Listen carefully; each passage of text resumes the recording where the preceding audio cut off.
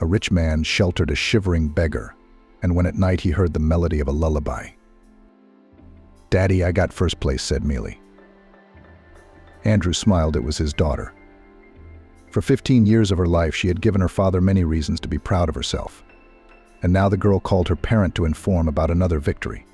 She was in New York on another Olympiad for young programmers. Mealy went there as part of a group from the Center for Gifted Children, where she had been studying for 4 years. "My smart girl, congratulations," said the man. "I owe you a present." "I'm so glad." Mealy's voice trembled with excitement. This contest was very important to her. It had been about 5 years since Mealy had decided on her profession. She would be a programmer and would definitely go to Stanford to study. There are so many opportunities for young professionals there, not like in their provincial town. Mealy was already getting crowded.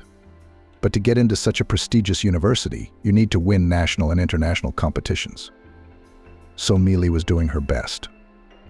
"Rest now," encouraged his daughter Andrew. "Walk around New York, since you are in such a beautiful city. But be careful there." "Yes, Daddy, of course. I love you." Mealy pressed the reset button. A short beep sounded in the phone. Andrew smiled again. Mealy is so smart, intelligent, sensible, far more savvy than he is. At her age, her daughter will achieve a lot. Oh my. And some 9 or 10 years ago, Andrew was looking for information about schools for children with mental retardation. Everything was going to give her to the first grade of the correctional institution, in a normal school, and certainly in the gymnasium or lyceum would not take her, because in his 6 years the girl did not speak a word, mooing. Sometimes she explained something with gestures if she needed something urgently, but this rarely happened. Most often the daughter was in her own thoughts, sitting on the windowsill in the nursery. It was her favorite place, looking out the window and thinking about something. Mealy hardly smiled at that time. Andrew did not immediately notice that something was wrong with his daughter. He was too busy with his own grief. And Mealy? Well, what could Mealy understand then? She was only 2 years old. She probably didn't even remember Leanie, her mother. That's what Andrew thought. But the disappearance of her mother from the life of a 2-year-old baby still caused a serious trauma to the little girl. It turned out later. The consequences were catastrophic. Every time Mealy achieved another success, Andrew rejoiced and saddened at the same time. Rejoiced. It is understandable why. Sadness, on the other hand, was due to Leanie not seeing it all. She would have been happy to know that her favorite, long-awaited daughter was growing up to be such a smart girl. But that's just the way it turned out. Andrew grew up in a wealthy family and was an only child. Moreover, even at the grandparents, he turned out to be the only grandchild. It is not difficult to assume that from an early age Andrew bathed in love, recognition, and attention of loved ones. He had everything he needed for happiness: beautiful clothes, expensive toys. He was taken to expensive resorts. Delicious pancakes and fragrant pies were prepared for him on demand. Andrew received detailed answers to all his questions and at any time could play with one of his relatives, for example, in board or mobile games. He was never refused. His relatives adored Andrew, and he reciprocated them. It is a blessing to have such a strong, friendly family, where everyone is ready to support the other in any situation. When Andrew became older, he had to study a lot in a prestigious private school. A lot of lessons were assigned, and additionally the boy was engaged in several sections: swimming, boxing, financial literacy, business school, all because he was to become the heir to the family business. So parents called the network of pizzerias, the owners of which were. Business steadily brought good profits and grew, developed. Even branches in other cities opened.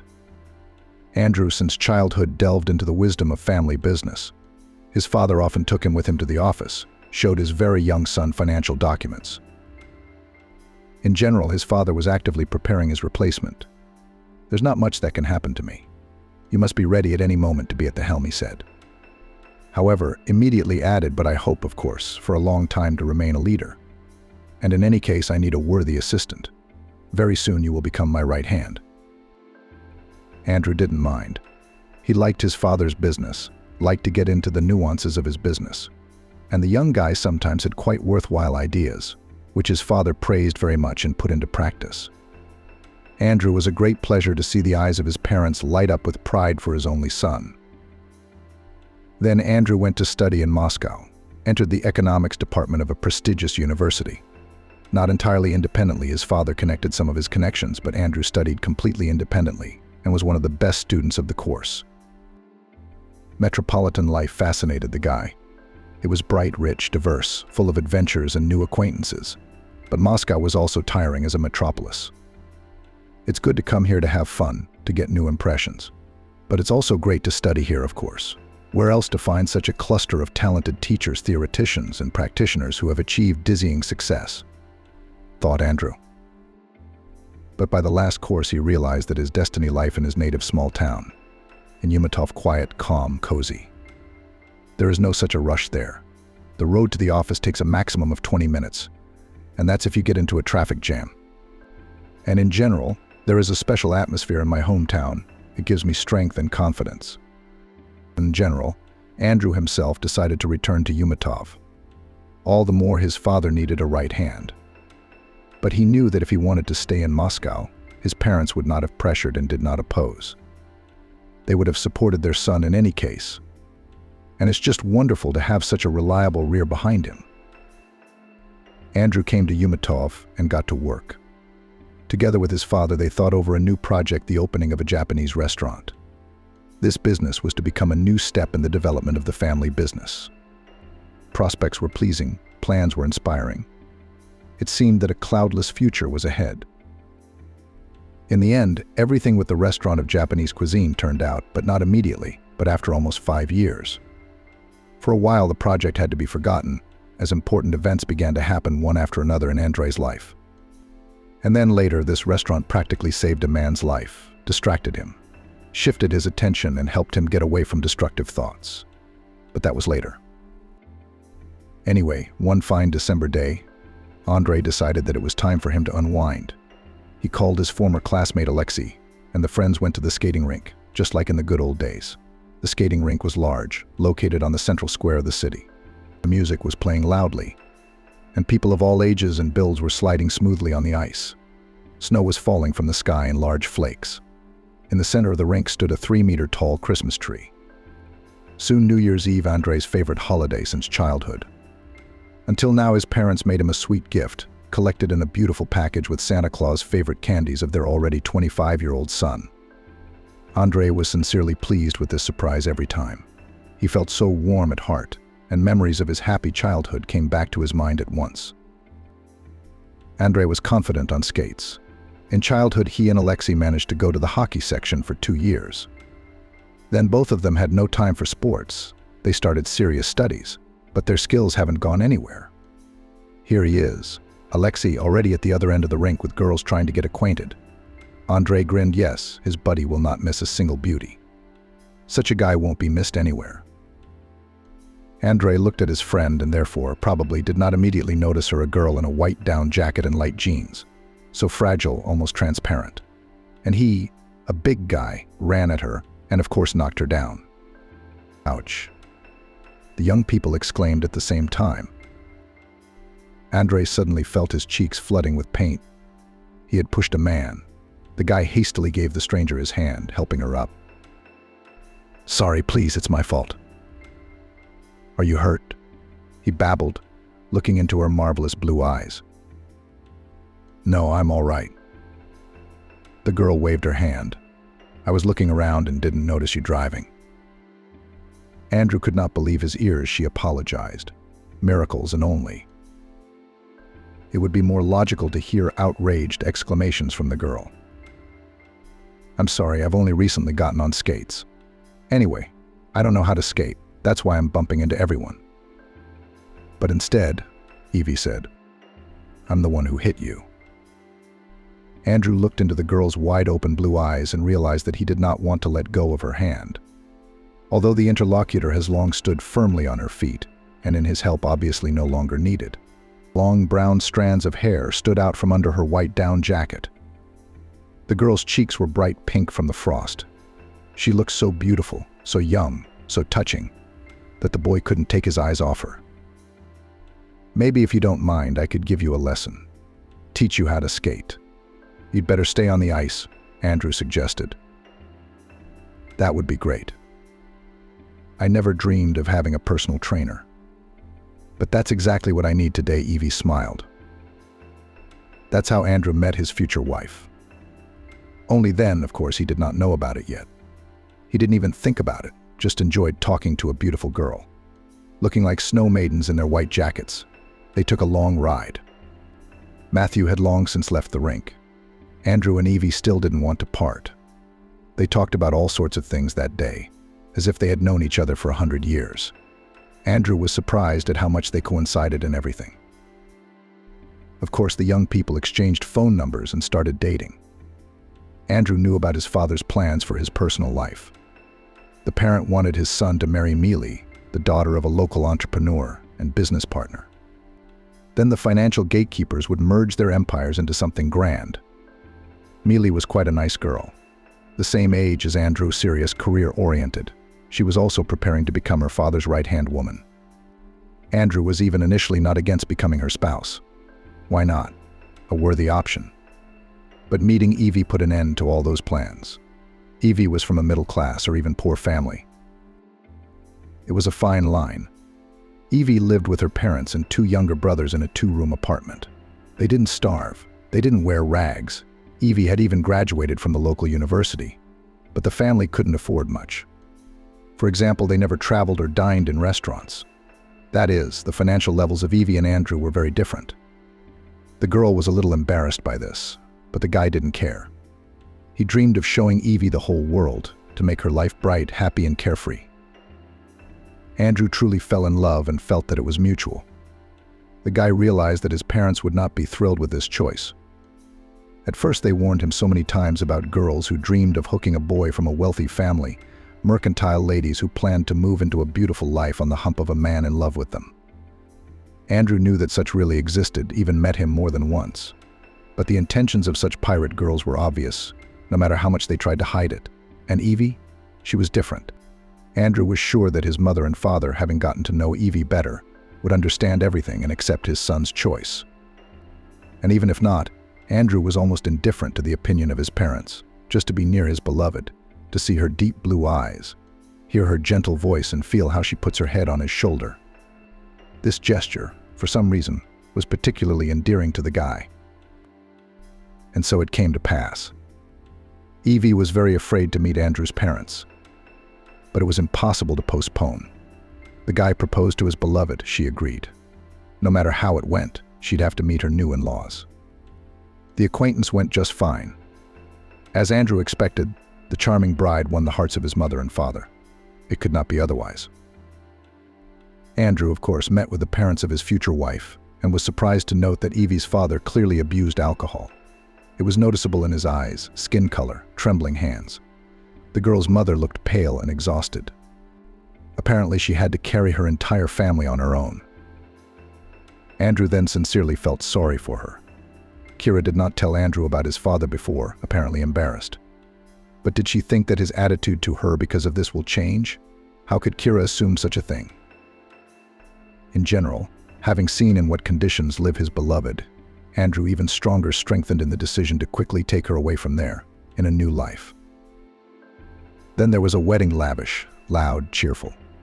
Kira, in her wedding dress, resembled a fairy tale princess. Andrew could not take his eyes off her, and he was not the only one.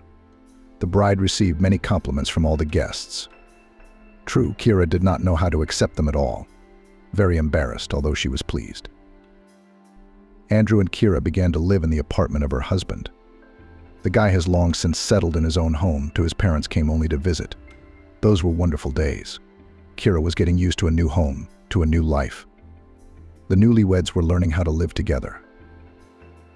Adult relatives warned that the process of lapping usually does not go as smoothly as we would like. Inevitable conflicts, disputes, quarrels. But in the case of Kira and Andrew, nothing of the kind happened. Young spouses as if they were created for each other. Andrew every day mentally thanked fate for the fact that she brought him together with Kira. He could not believe that they are so coincidental. They like the same movies and books, the same look at things. Even phrases for each other sometimes finish. Kira worked as a notary's assistant in a local office, and Andrew developed a business with his father. Love, mutual understanding, a house full of cups. It seemed that only cloudless happiness awaited the newlyweds ahead. And so it was for some time, about a year after the wedding. Kira informed her husband that she was expecting a child. The joy of the future father had no limit. They had already been planning a baby for 6 months, but it did not work out in any way. The newlyweds were going to the doctors, waiting for Kira's vacation, tuning in for a long, systematic search for the problem. And here it is, happiness. Everything worked out by itself. Pregnancy was not very easy. Kira was constantly nauseated. She went to the hospital every now and then. Closer to the birth, Kira was diagnosed with heart problems. It seemed as if they had not been there before, or they did not manifest themselves. And then the body, coping with the increased load, suddenly gave failure. Andrew's parents found the best doctors for Kira. She was constantly under observation. Andrew was painful to see his beloved in such a state, and from fear for her, he anxiously clenched his heart. Fortunately, everything went safely. In due time, Kira gave birth to a healthy, strong girl. At the family council, it was decided to name the baby girl Evie. Andrew was happy everything was fine with the child. Kira was also on the mend after childbirth, and the recovery of the young mother's body was in full swing, as evidenced by numerous examinations. Kira quickly recovered and happily plunged into taking care of her daughter. Andrew also did not stay aside, tried to fully enjoy the infancy of his long-awaited child. The man realized that the second baby in their family will not be. Doctors made it clear that Kira contraindicated pregnancy and childbirth. She barely survived this time, too. According to the cardiologist, the young woman was just lucky. Andrew was not ready to risk the most expensive thing he has in his life. And one child is enough for them. He is also in the family alone. Evie turned out to be exactly as it should: healthy, smart, cheerful, agile, and quick. As soon as the daughter began to walk, immediately learned to climb into the most unexpected places, then in the closet with clothes her parents found her, or in the toy box. You need to keep an eye on such a prankster. Evie immediately became a favorite of numerous relatives, parents, grandparents. Adults did not want to soul in the girl, often visited her, gave gifts. Andrew's mother was especially pleased with her granddaughter. Finally, there is for whom to buy dresses. And that all these shorts and sneakers are boring already. Sooner the girl's hair would grow back. I want to braid her pigtails. A year and a half passed.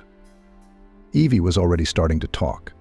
Kira devoted all her time to her daughter, singing her songs, telling her poems, practicing finger games and gymnastics with the little girl.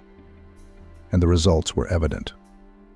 The girl in her year and a half quite clearly spoke in sentences, of course, with a childish accent, but adults understood her perfectly. Andrew's heart clenched with tenderness when his little girl addressed him. The word, this miraculously fragile creature with a height of just over 80 centimeters, made him stronger. The man felt that for the sake of his daughter and wife, he could roll mountains. They were so happy. But at least it seemed so to Andrew. However, Kira once very surprised him, saying that she is happy, of course, but still not quite. It turned out that Kira had dreamed of having another child. Evie has grown up, and looking at the little girl, I regret that the girl will have to grow up alone. You see, I have 2 brothers after all. It's so great. We were never bored. We ran everywhere together, played, talked a lot about everything, stood for each other. But the girl is all alone. That's not good. But I too grew up alone in the family, Andrew objected with a smile. And I had quite a happy childhood. You just don't know what you were deprived of. Kira shook her head and sighed sadly. Andrew felt uneasy. He didn't like this talk. You know, it's dangerous for you to give birth again. Remember how hard Evie was on us. You were on the brink so many times. But we didn't know then, and now we do, and we realize it's very dangerous. We've had enough of Evie. That's exactly what we know, Kira exclaimed. And that's why we're going to make a bed. I'll see a cardiologist, I'll take all the right medications. And I'll prepare for pregnancy. I'm already taking the right vitamins. I've read a lot about these cases. If you keep everything under control, the risk is minimal. Kira dreamed of having another child. But Andrew was adamant. They even had their first fight over it. His wife convinced him that everything will be fine. You just need to follow the prescriptions of doctors, constantly observed by specialists, and she is ready for this for the sake of the second baby. However, the man could not risk Kira's life. Of course he wanted a big family, several children, but not at such a cost. To test fate again, given their recent experience, was foolish. And yet it happened. On a sunny July morning, Kira informed Andrew that they would have a second baby boy. The man was truly terrified then. He probably even turned pale. "What's wrong with you? Everything will be fine." You'll see Kira laughed and put her hand on his shoulder. Andrew only shook his head. He knew, felt that nothing was going to be okay anymore. The pregnancy, oddly enough, was going much easier than the first time. Kira was feeling good, taking lots of walks. She followed all the doctor's recommendations and was examined very often. She literally never left the hospital, although her condition was quite bearable. Everything seemed to be in order, but on the soul of Andrew was uneasy. And for good reason. It happened at night. Suddenly nothing foretold trouble. Andrew woke up from the quiet sounds. Kira was sick, so bad that she couldn't even call for help. Kira was suffocating. Andrew jumped up, turned on the light, and was horrified. He had never seen his wife in such a state. So pale. Black circles under her eyes like a dead man's white skin. Kira's dried lips glistened with sweat. Her chest heaved. The woman was short of breath. Andrew grabbed the phone in a panic and called an ambulance. Then he called his mother to have her and his father come over and sit with Evie. The baby was sleeping sweetly in her princess room and didn't even realize something scary was going on. Andrew held Kira's cold hand, confessed his love to her, asked her to hold on, and prayed. For the first time in his life, he probably prayed to himself that the doctors would make it in time. It seemed to him that when help arrived, it would be too late. And from this thought, Andrew began to panic. But the doctors were in time. Several uniformed men arrived. They went into the bedroom. Kira took a cardiogram, measured her blood pressure. She was listened to, then injected with something. The woman seemed to feel better. At least she was breathing more freely. Andrew exhaled. Everything would be all right now. His parents came over to babysit Evie, so Andrew calmly followed the ambulance to keep an eye on Kira. The man drove through the night city behind the car, in which at the same time medics were fighting for the life of his wife. They should be able to handle it. They're professionals. It's going to be okay. That's what Andrew convinced himself as he drove along. But reaching the hospital, the man learned the terrible news. Kira was not brought. She was gone right in the ambulance. The doctors did everything they could. Pregnancy, which Andrew was so afraid of, still finished his wife. The child could not be saved either. For a while, the man went into himself. He was not interested in anything, neither business, nor his own health, not even a small daughter. He blamed himself for not changing Kira's mind, not forcing her to have an abortion. Of course, he was to blame for everything that had happened. He should have been a more attentive and sensitive husband. He failed, did not save his happiness. Life without Kira made no sense. They had so many plans, so many joint desires. And now what? Andrew felt sorry for himself. Who else will understand him so much as a spouse? Who will love him so much? But even more, the man was sorry for so suddenly, early cut short the young life of his wife. She had not seen all those corners of the planet, which Andrew promised to show her. Didn't have time to enjoy life properly. Mother and father tried to pull their son out of the abyss of despair. They brought to him psychotherapists and psychologists who conducted soul-saving conversations with the man. Sometimes it did make things easier, but only for a while. Andrew did not understand why he should live on. The worst thing was that he didn't even want to see Evie. The girl misses you, his mother tried to get through to her son.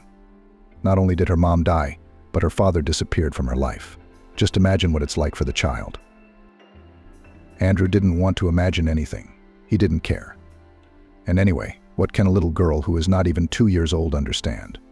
Probably has already forgotten in Kira and me. But her mother insisted that Evie was not well. She doesn't talk to anyone else or smile. Remember how giggly our little girl used to be?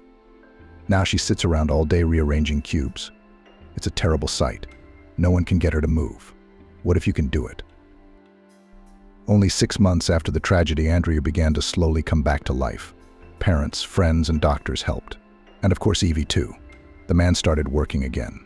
And then just then his father offered him to develop a long-planned project, a restaurant of Japanese cuisine. Andrew gladly seized the opportunity to distract himself for a while. The project is huge, a lot of work. We'll have to work hard to enter the market. That's good. Let his head be filled with familiar things rather than destructive thoughts. That's when the man came to see his daughter for the first time in a long time. Andrew felt guilty in front of the little girl. It was as if he betrayed her, abandoned her, left her to her parents. After all, the mother is right. Evie has experienced a huge tragedy. And even if she does not realize everything as an adult, but at the level of feeling certainly felt it to the full. Kira and Evie were so close. She followed her mother like a tail, even climbing into her crib. At night, she'd lie at her mother's side. They were never apart for more than a couple hours. And then all of a sudden, Andrew hardly recognized his daughter. Of course, he realized that children grow up fast at that age. When the tragedy happened, Evie was barely 2 years old.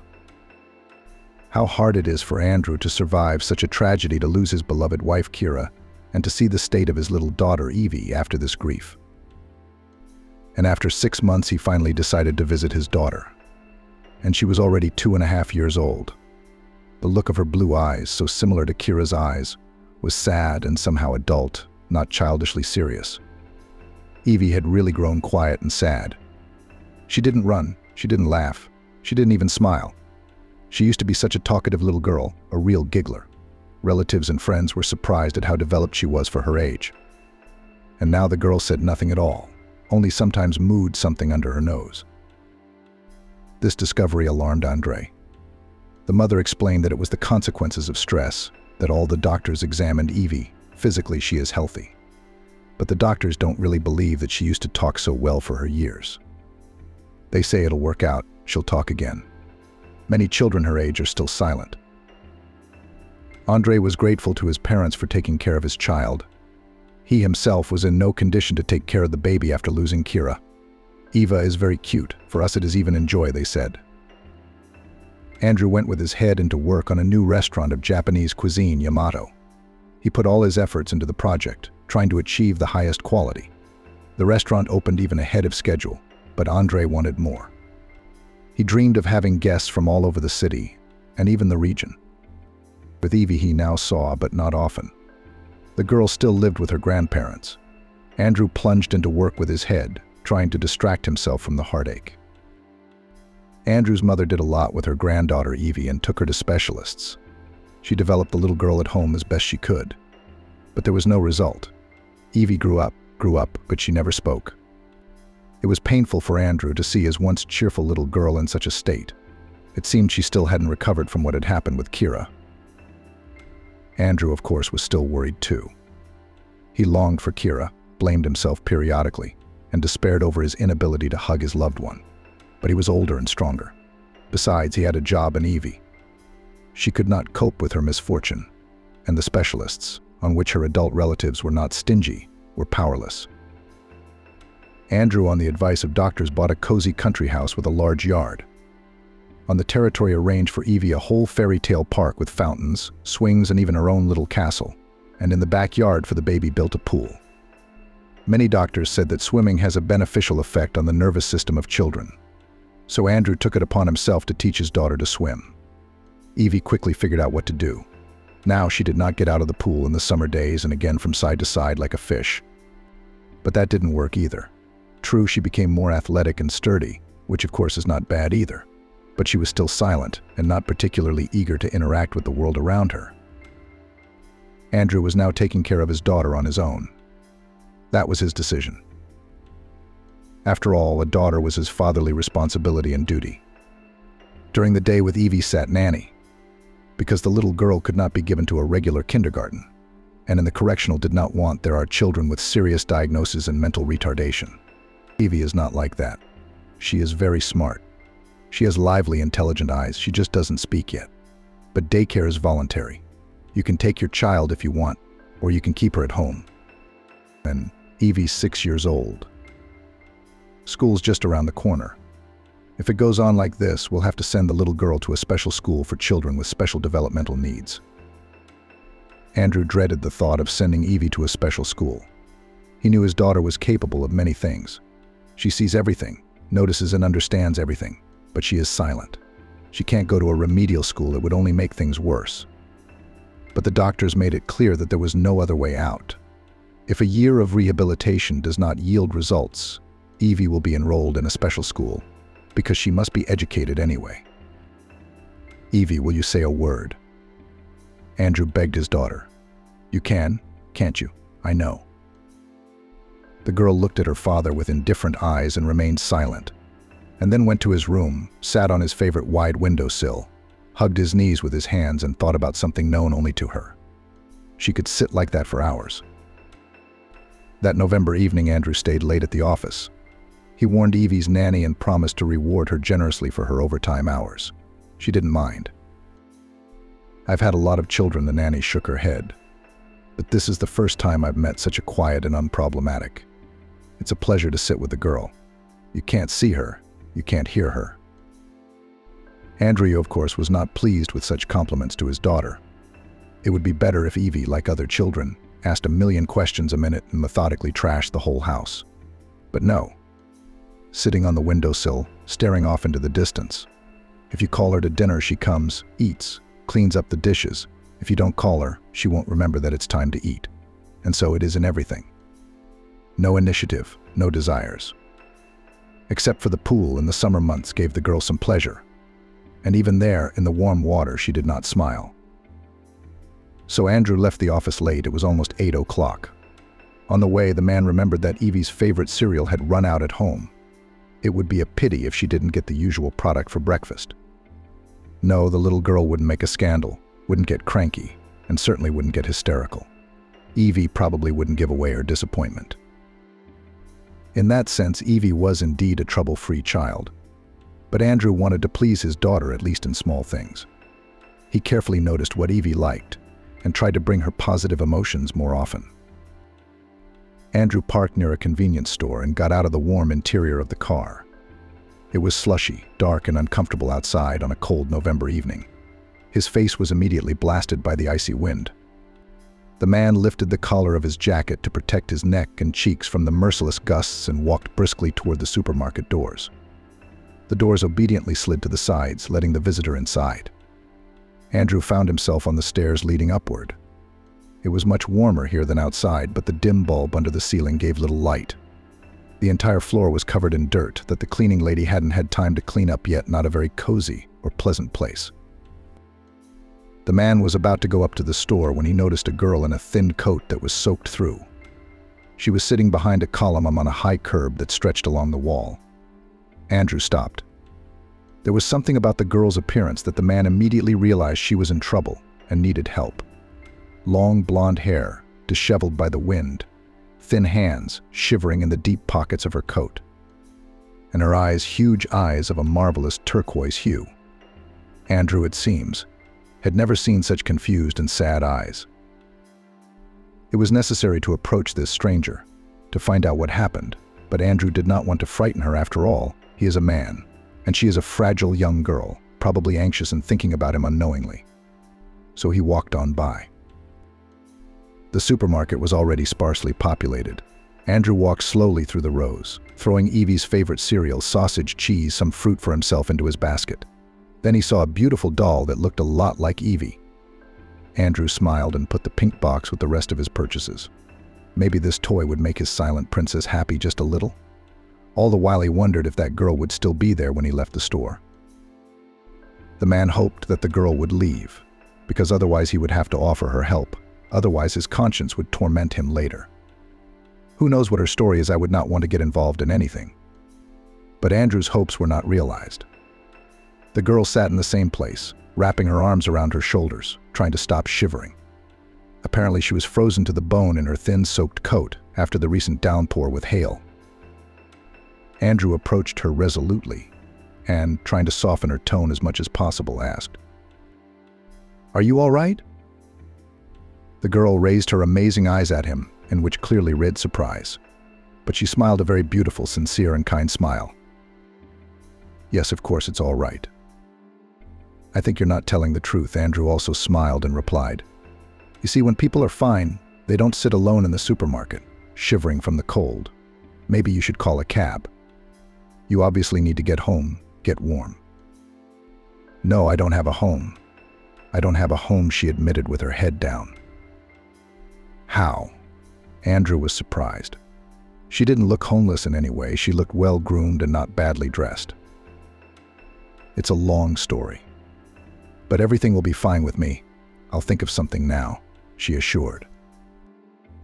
After such an admission, Andrew couldn't just walk away. He sat down next to her on the curb and looked into her eyes. "Tell me, I have a lot of time, so I would love to hear your very long story." Andrew felt sorry for this young girl. What if someday his Evie would find herself in a difficult situation? She will need help, and people will pass by indifferently. After all, this girl is someone's daughter, too.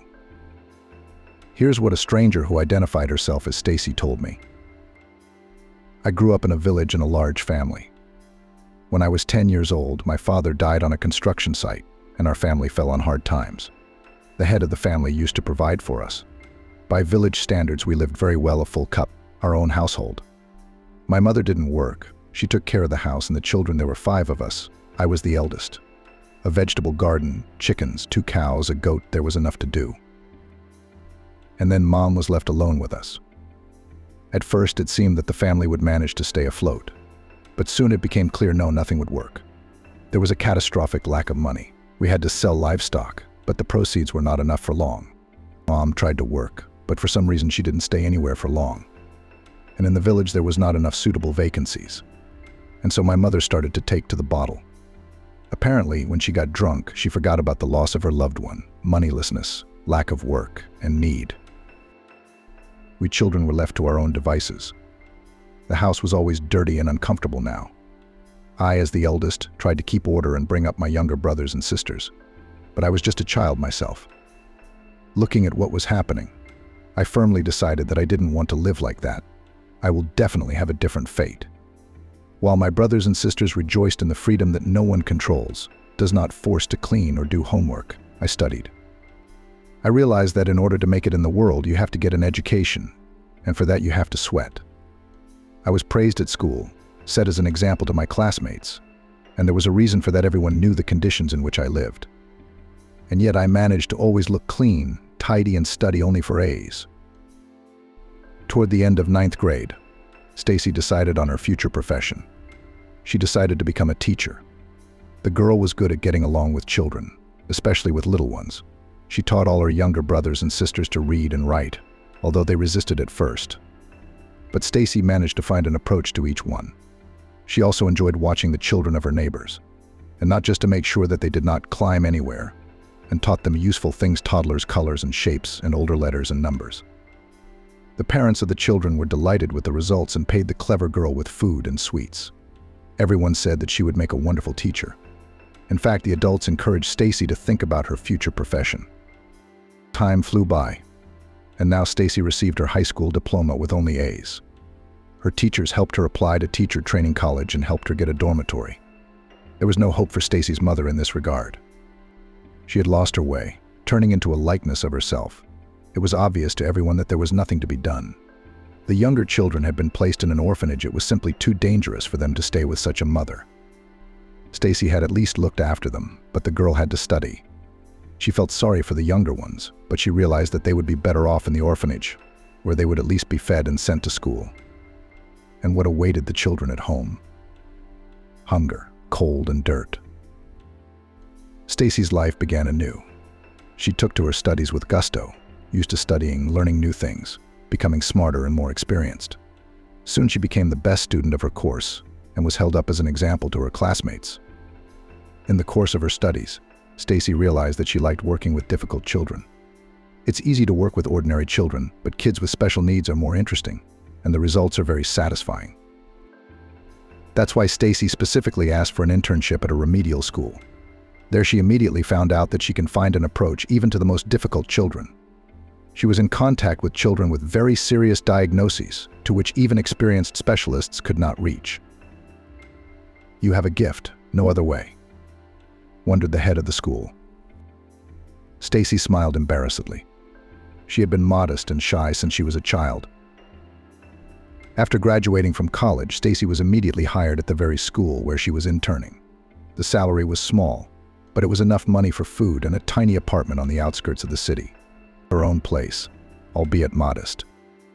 By then, Stacey's sisters had graduated from the orphanage. One became a seamstress, the other a pastry chef. Both soon married well, and their husbands were from out of town. Of course, they took their wives with them. Stacey was happy for her sisters, and a little surprised that they were younger than she was. Very young, almost children, but already married ladies. Now she could not worry about them, their destinies would work out well. True, they will not see each other often, they are separated by thousands of kilometers. But this is not the main thing, the sisters have husbands, education, work. Stacey's two younger brothers were adopted by a couple of Hiddings, bright red-haired twins with blue eyes. The boys came to the orphanage as toddlers, just 8 years old. Handsome, bright, smiling, they were quickly taken in by a family from the city. Stacey didn't know where her brothers were now. Adoption was a secret. But in the orphanage she was told that the new parents very good, wealthy people. So the brothers' fate was safe too. Stacey's mother had a tragic story during her college years. During another drinking party, which her mother regularly organized in her empty house, one of the guests fell asleep with a lit cigarette. The wooden building burst into flames like a torch. Some of the guests managed to escape the burning building, but the mother and several others did not escape. Perhaps they were sound asleep and did not notice anything. It is scary to think what would have happened to the siblings if they had not been in the orphanage. So by her 20s, Stacey was pretty much alone in the world. Her mother was gone. Brothers and sisters moved to different corners of the vast country. Not even her own home was left. But Stacey was not discouraged. She had a desirable profession, a favorite job. It was hard, of course, alone, but she could cope. She had her whole life ahead of her. She'd meet her love, and she'd have children. And their apartment will be big and cozy. Stacey would never repeat her mother's fate. And that's how the young girl lived in a rented apartment. She worked, went to movies and attractions with her friends, educated herself, read a lot of additional literature on the education of special children. And then, perhaps, age took its toll. One day Stacey realized that she couldn't and didn't want to be alone anymore. She needed someone near and dear to her who would take care of her, and she would take care of him too. How great it is to fall asleep and wake up next to a loved one, to talk with him on a variety of topics, to support each other, to make plans for the future. Would Max have made such an impression on Stacey if he had met her at another time? Perhaps the girl fell in love with him so sincerely and wholeheartedly only because she was already ready to fall in love, waiting for it. And then the right person came along. Stacey thought about it later, but she'd never thought about it when she'd met Max. She was on her way back from a friend's birthday party. It was evening. Stacey was in a good mood. They'd had a good time, laughed a lot. The girls went to the club to continue the party. Stacey refused. She didn't like those places. Noisy, crowded, cramped. And she didn't have much money left. She'd just have to make it to her next paycheck. Stacey had 2 important appliances out of order this month, a hairdryer and an electric kettle. Unforeseen expenses. Stacey looked lovely that night, knew it. A flowing, beautiful, slim-fitting sundress, loose hair, light makeup. The proof of the girl's attractiveness was the stares she felt on her. It was pleasant, though a little embarrassing. "Girl, you are so beautiful. Can I meet you?" A voice came from the side. Stacey turned around and met Matthew's eyes. She didn't know it was Matthew at the time, of course. She saw a wonderful guy in front of her. Kind, open face, open eyes of a beautiful hazel hue. There was a lot in them, a light, an interest, and admiration. You could drown in those eyes. "So you don't mind if I walk beside you for a while?" The boy looked at Stacey questioningly. No, the girl smiled. She really wanted this stranger to walk her home. But at the same time, Stacey was embarrassed by her own desire. Fine, the escort dispelled. They walked through the park. Matthew told his new acquaintance jokes, shared some news, asked her questions about her life. He talked about himself, too. Matthew was an easy and pleasant person to talk to, charming, relaxed. He had a good tongue. The young man didn't go out of his way for a word. Stacey was immediately impressed by the sincerity with which he talked about his own life. And she was sincere with him, too. Matthew's honesty implied a reciprocal honesty.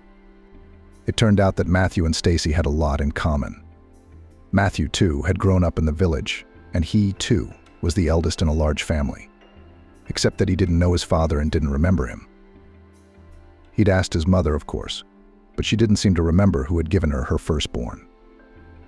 Stacey's mother had started drinking after her husband died. Matthew's mother had been drinking for as long as he could remember. But Matthew, despite the lack of control and upbringing, still finished 9 grades, because he understood perfectly well without it he would not achieve anything in life, and dreams and ambitions were always present. So having finished 9 grades, the boy went to the city. The average score of the certificate was not too high, but still the boy was taken to the construction technical college. There was a shortage in one of the faculties. It was just luck. Matthew lived with his grandmother during his studies. She'd never been involved in her grandson's life before. She'd cut her failed daughter out of her life. As if at first tried to pull her out of the swamp, but realizing that it was useless, eliminated. But the eldest grandson did not drive away. She welcomed him warmly. She gave him a separate room and even provided him with money at first, until Matthew found a part-time job. The boy started working early. Life made him do it. While still living with his mother in the village, he mowed grass for someone, helped to paste wallpaper, and painted fences for neighbors. The pay was low, but there was enough for bread and milk. Sometimes there was also enough for sweets. If the boy had not taken care of himself, it is not known whether he would have survived or not. Because there was no hope for his mother, she was not interested in anything but the bottle. In the city, there were much more opportunities for part-time work, especially for a hard-working and not afraid of difficulties student of construction college. So many construction sites, and everywhere you need helpers, ready to do low-skilled work. And the pay was pretty good by Matthew's standards. When I was in college, my younger sisters were taken away to an orphanage. Matthew shook his head sadly. Some of the neighbors complained to the guardianship office, and they did the right thing. The girls would have been lost with their mother. I wanted to file a report myself, but I couldn't make up my mind. I thought maybe it was wrong. Matthew continued. I visited the sisters at the orphanage, bringing them candy and coloring books, asking about their lives. The girls told me that everything was fine, but they still missed their mother, despite her attitude towards them. And then one day I came and found out that the girls had been taken away to a family. I never saw them again. Maybe we'll meet again someday. Life is long. Stacey couldn't believe her ears. Matthew's story was exactly like her own. By the way, the guy listening to her story was also surprised and looked at her like she was his own. Even hugged her a few times. And the gesture was so warm, so natural, that Stacey didn't even feel embarrassed. And then my grandmother died, and I ended up on the street, because a lot of relatives got smart and took the apartment for themselves. Neither my mother nor I got anything. It happens. Matthew sighed. Not only did I lose someone I was very attached to, but I had to deal with a lot of domestic problems. I had to make amends. Matthew withstood the next challenge with fortitude and dignity. He got a full-time job because the money from his part-time job would not be enough for rent and groceries. He only had a year of college left. It was a difficult period, hard work on a construction site plus studying at night. I had to scramble to keep up with lectures and keep my job. I was running back and forth like a stung man. I lost weight, I got gaunt. Almost didn't sleep for months before I got my diploma. But I got through it, Matthew said proudly. But now it's just work, he smiled. It's much easier than combining work and study. I can remember that time. Matthew worked, rented an apartment, just living. Everything seemed to be going well for him, given his background. Time flew by as we talked, and now they were at Stacey's house. The girl was getting annoyed. Wow, how fast they'd gotten there. I don't think this is a coincidence, Matthew said seriously. I've only known you for a short time, but I already feel that you're not a stranger to me. Stacey smiled. She felt exactly the same way. Matthew was so understanding, so strong and kind and good. She didn't want to part with him at all. I'll pick you up tomorrow, okay? We'll go for a walk somewhere. I'll show you my favorite places in the city. I'm sure you don't know any of them, Matthew said. So you don't mind? Of course, Stacey didn't mind. The young people exchanged phone numbers and hugged goodbye. Matthew didn't dare to kiss the girl. It happened a little later, during the very first date they had agreed on. An evening of getting to know each other. Stacey couldn't get enough of Matthew. She finally had a boyfriend. And what a guy. His innate talent for making people laugh made him an instant favorite in any company. Matthew knew and could do so many things. And of course he had a lot of friends. They would call him every now and then and ask him to go out. Matthew would tell them that he couldn't because he was out with his girlfriend. Stacey immediately felt very important and significant for the guy, and this feeling filled her heart with warmth. The young people moved in together quickly. Both felt it would be better for both of them. They didn't want to part after their outings anyway. Renting one apartment was much cheaper than renting two. Matthew moved in with Stacey because his apartment was in a remote neighborhood and Stacey's was more convenient to get to work. In the home, Matthew proved to be a homemaker. He could cook dinner, fix a faucet, and wallpaper. No detail escaped his attentive eye. The guy immediately saw the shortcomings and tried to eliminate them. True, during the joint residence some peculiarities became clear. Matthew could not live without his friends. They often called and met somewhere. After these meetings, Matthew always came back drunk, but not too drunk. It scared Stacey. She remembered what had happened to her mother because of her love of alcohol. Matthew's parents were no better. What if he turned out the same way? But the boy only laughed when Stacey shared her worries with him. "Don't worry, I won't make the same mistakes as my mother. I've got my mother's example right in front of me. It won't happen to me," he said. Stacey repeatedly asked Matthew to take her with him to his friends, or invite these people to theirs. The girl wanted to meet the people who were important to her lover. But for some reason, Matthew didn't want those meetings. "You see, there are only guys out there. We have our own things to do, our own jokes and conversations. And here you're a delicate, fragile girl. You can't even say a strong word in front of you. And what if someone takes a fancy to you? They'll take you away." "I wouldn't want that," he explained. Stacey smiled. She was pleased with Matthew's explanation.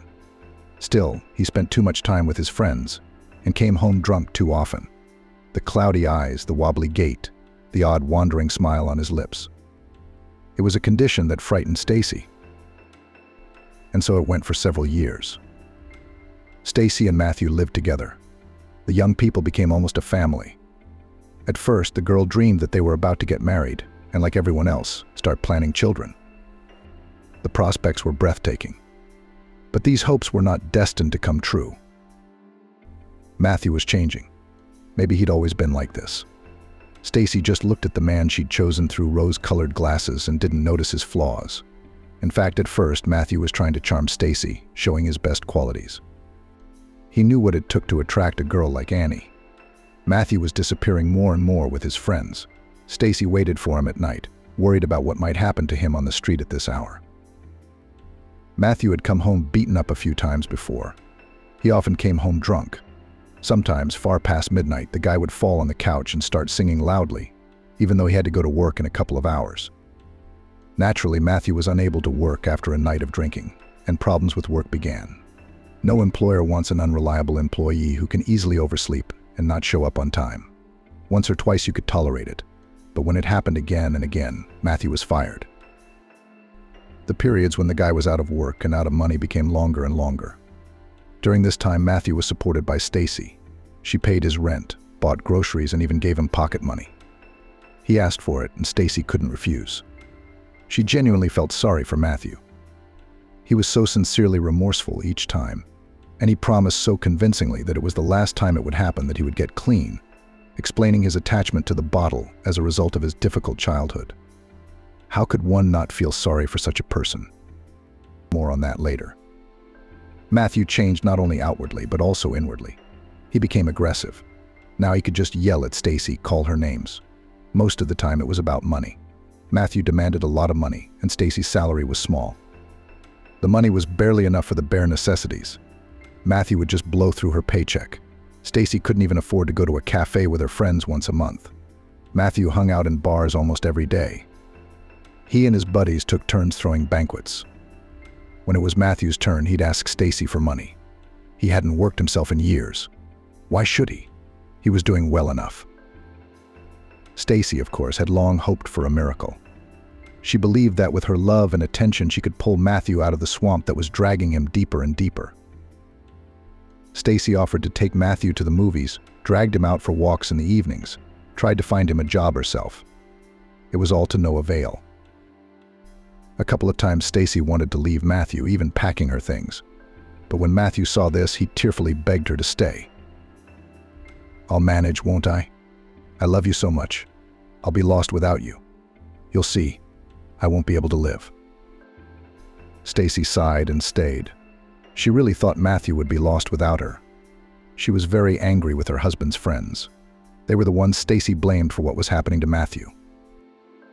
"Matthew is such a good guy. He's exactly the kind of guy I fell in love with. But unfortunately, Matthew has fallen in with the wrong crowd. His friends are dragging him down." As time went on, Stacey didn't see any change for the better. The girl suffered a lot. It is necessary to meet her love and again to lose a loved one because of addiction to drinking. Well, it was not her destiny.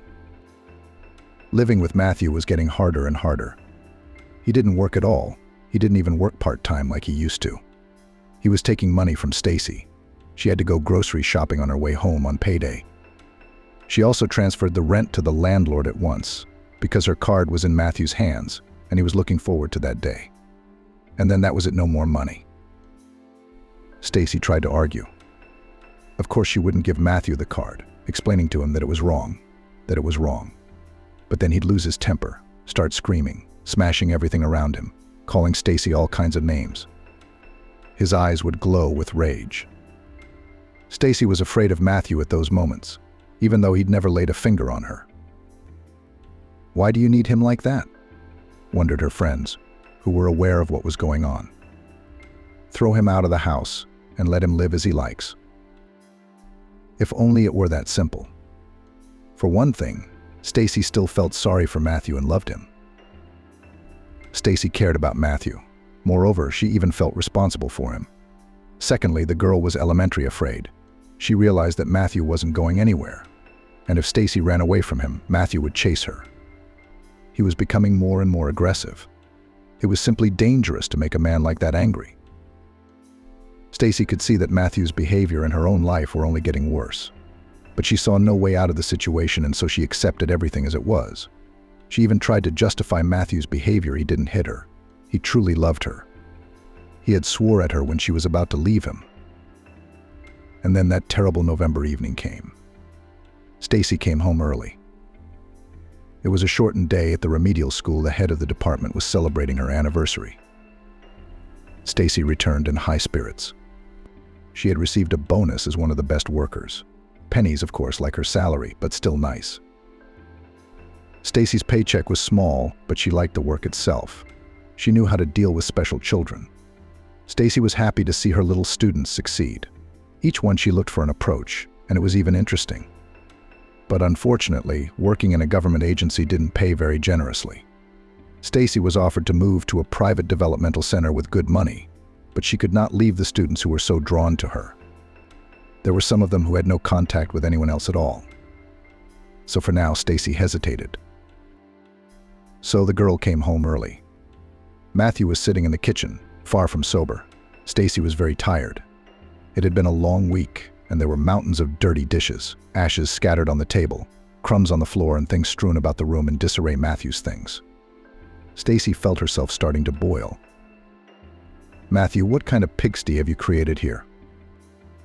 "What pigsty?" The boy looked around the kitchen with a hazy look. "Clean it up. Now." "You want it? You clean it up," Matthew retorted, reaching for another cigarette. "She's going to boss me around. I've been at work all day. I'm tired. And you're sitting at home? I don't even ask you to cook, though I could." "At least you can clean up after yourself," Stacey said. She realized she'd been wrong to contact Matthew too late. Stacey hadn't expected him to react that way. Yes, he could snap at her, call her hurtful words in response to a remark. But this time it was different. The guy suddenly grabbed his knife and moved toward Stacey. His eyes burned with a vicious fire. "You bitch, I'm so sick of you. You're always buzzing around my ear like an annoying fly." "Matthew, what are you doing? Put the knife down." Stacey reached for the door in fear. Matthew obeyed and threw the knife. It fell to the tiled kitchen floor with a cold sound. The guy walked over and punched the girl in the face so hard she couldn't keep her footing. Stacey hadn't realized Matthew was so strong. Her cheek immediately flared as if it had been burned by fire. Tears sprang from her eyes. Fear gripped Stacey's heart with an icy grip. She knew Matthew was capable of anything right now. She could see it in his eyes. "I've wanted to do this for a long time," Matthew smirked. "Now I'm going to do it my way. Do you understand? You're not going to open your mouth at me anymore." Stacey nodded. She knew better than to argue with Matthew. He was capable of anything. As if to prove his point, the boy walked up to her and shoved her so hard that she hit her head on the wall. Then Matthew also kicked the girl in the back. It must have been a weak kick, but the sharp pain immediately spread through her body. "You know who's boss, don't you? You'll get more of that next time," Matthew said, and disappeared contentedly into the bedroom. Naturally, Stacey didn't wait for the next time. She knew it was dangerous to stay in the apartment with Matthew. He might even send her to the afterlife. His eyes were cloudy, half crazy. This was not the man Stacey had once loved. The girl stood up, waited until she was no longer dizzy, and slipped out the door. She didn't even take her things. She only grabbed the bag she hadn't had time to take off her shoulder. It contained her cell phone, her papers, the essentials. The rest was just a matter of time. The important thing was to get away from Matthew. He's a scary man, a monster, and Matthew is capable of hurting her, of maiming her. Even more than that, the girl has never been so afraid for her life. Stacey hurried down the stairs, fearing to hear the footsteps of an enraged Matthew behind her. He wouldn't think she was capable of escaping.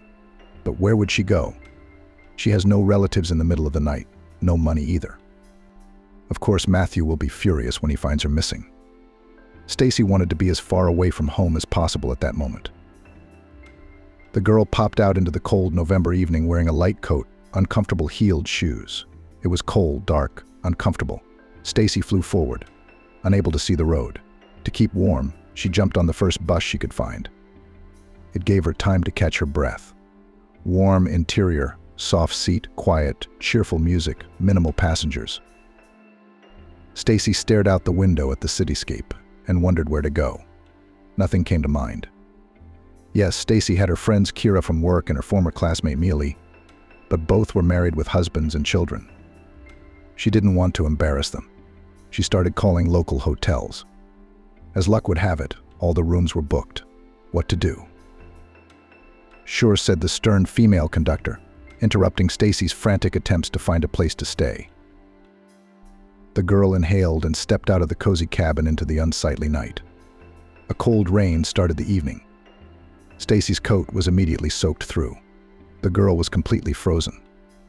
Then she saw a supermarket in the distance, a place where she could wait out the downpour and think calmly about her situation.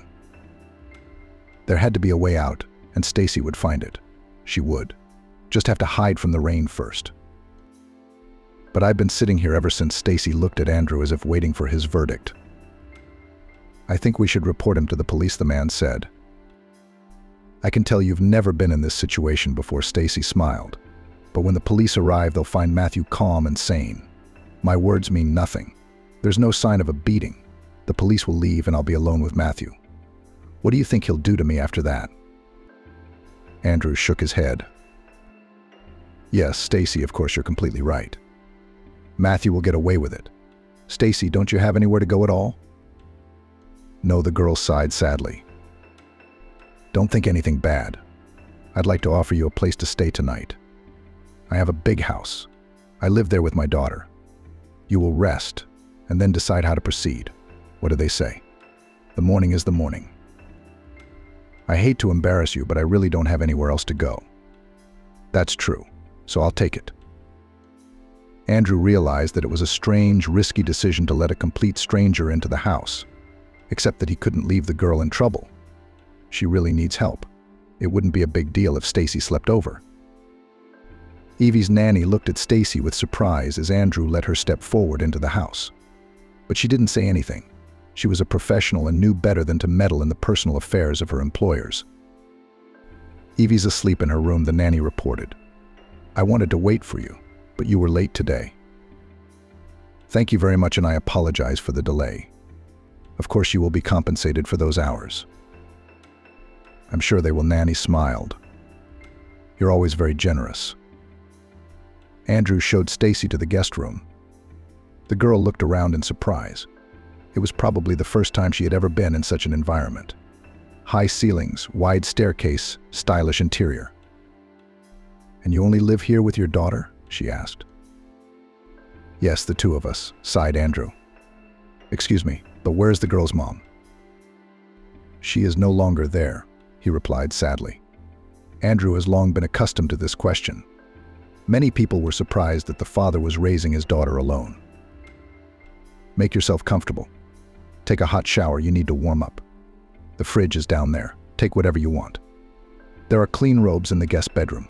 All in all, make yourself at home. Thank you so much, and I'm sorry to bother you, Stacey said. It's no bother at all. Andrew smiled.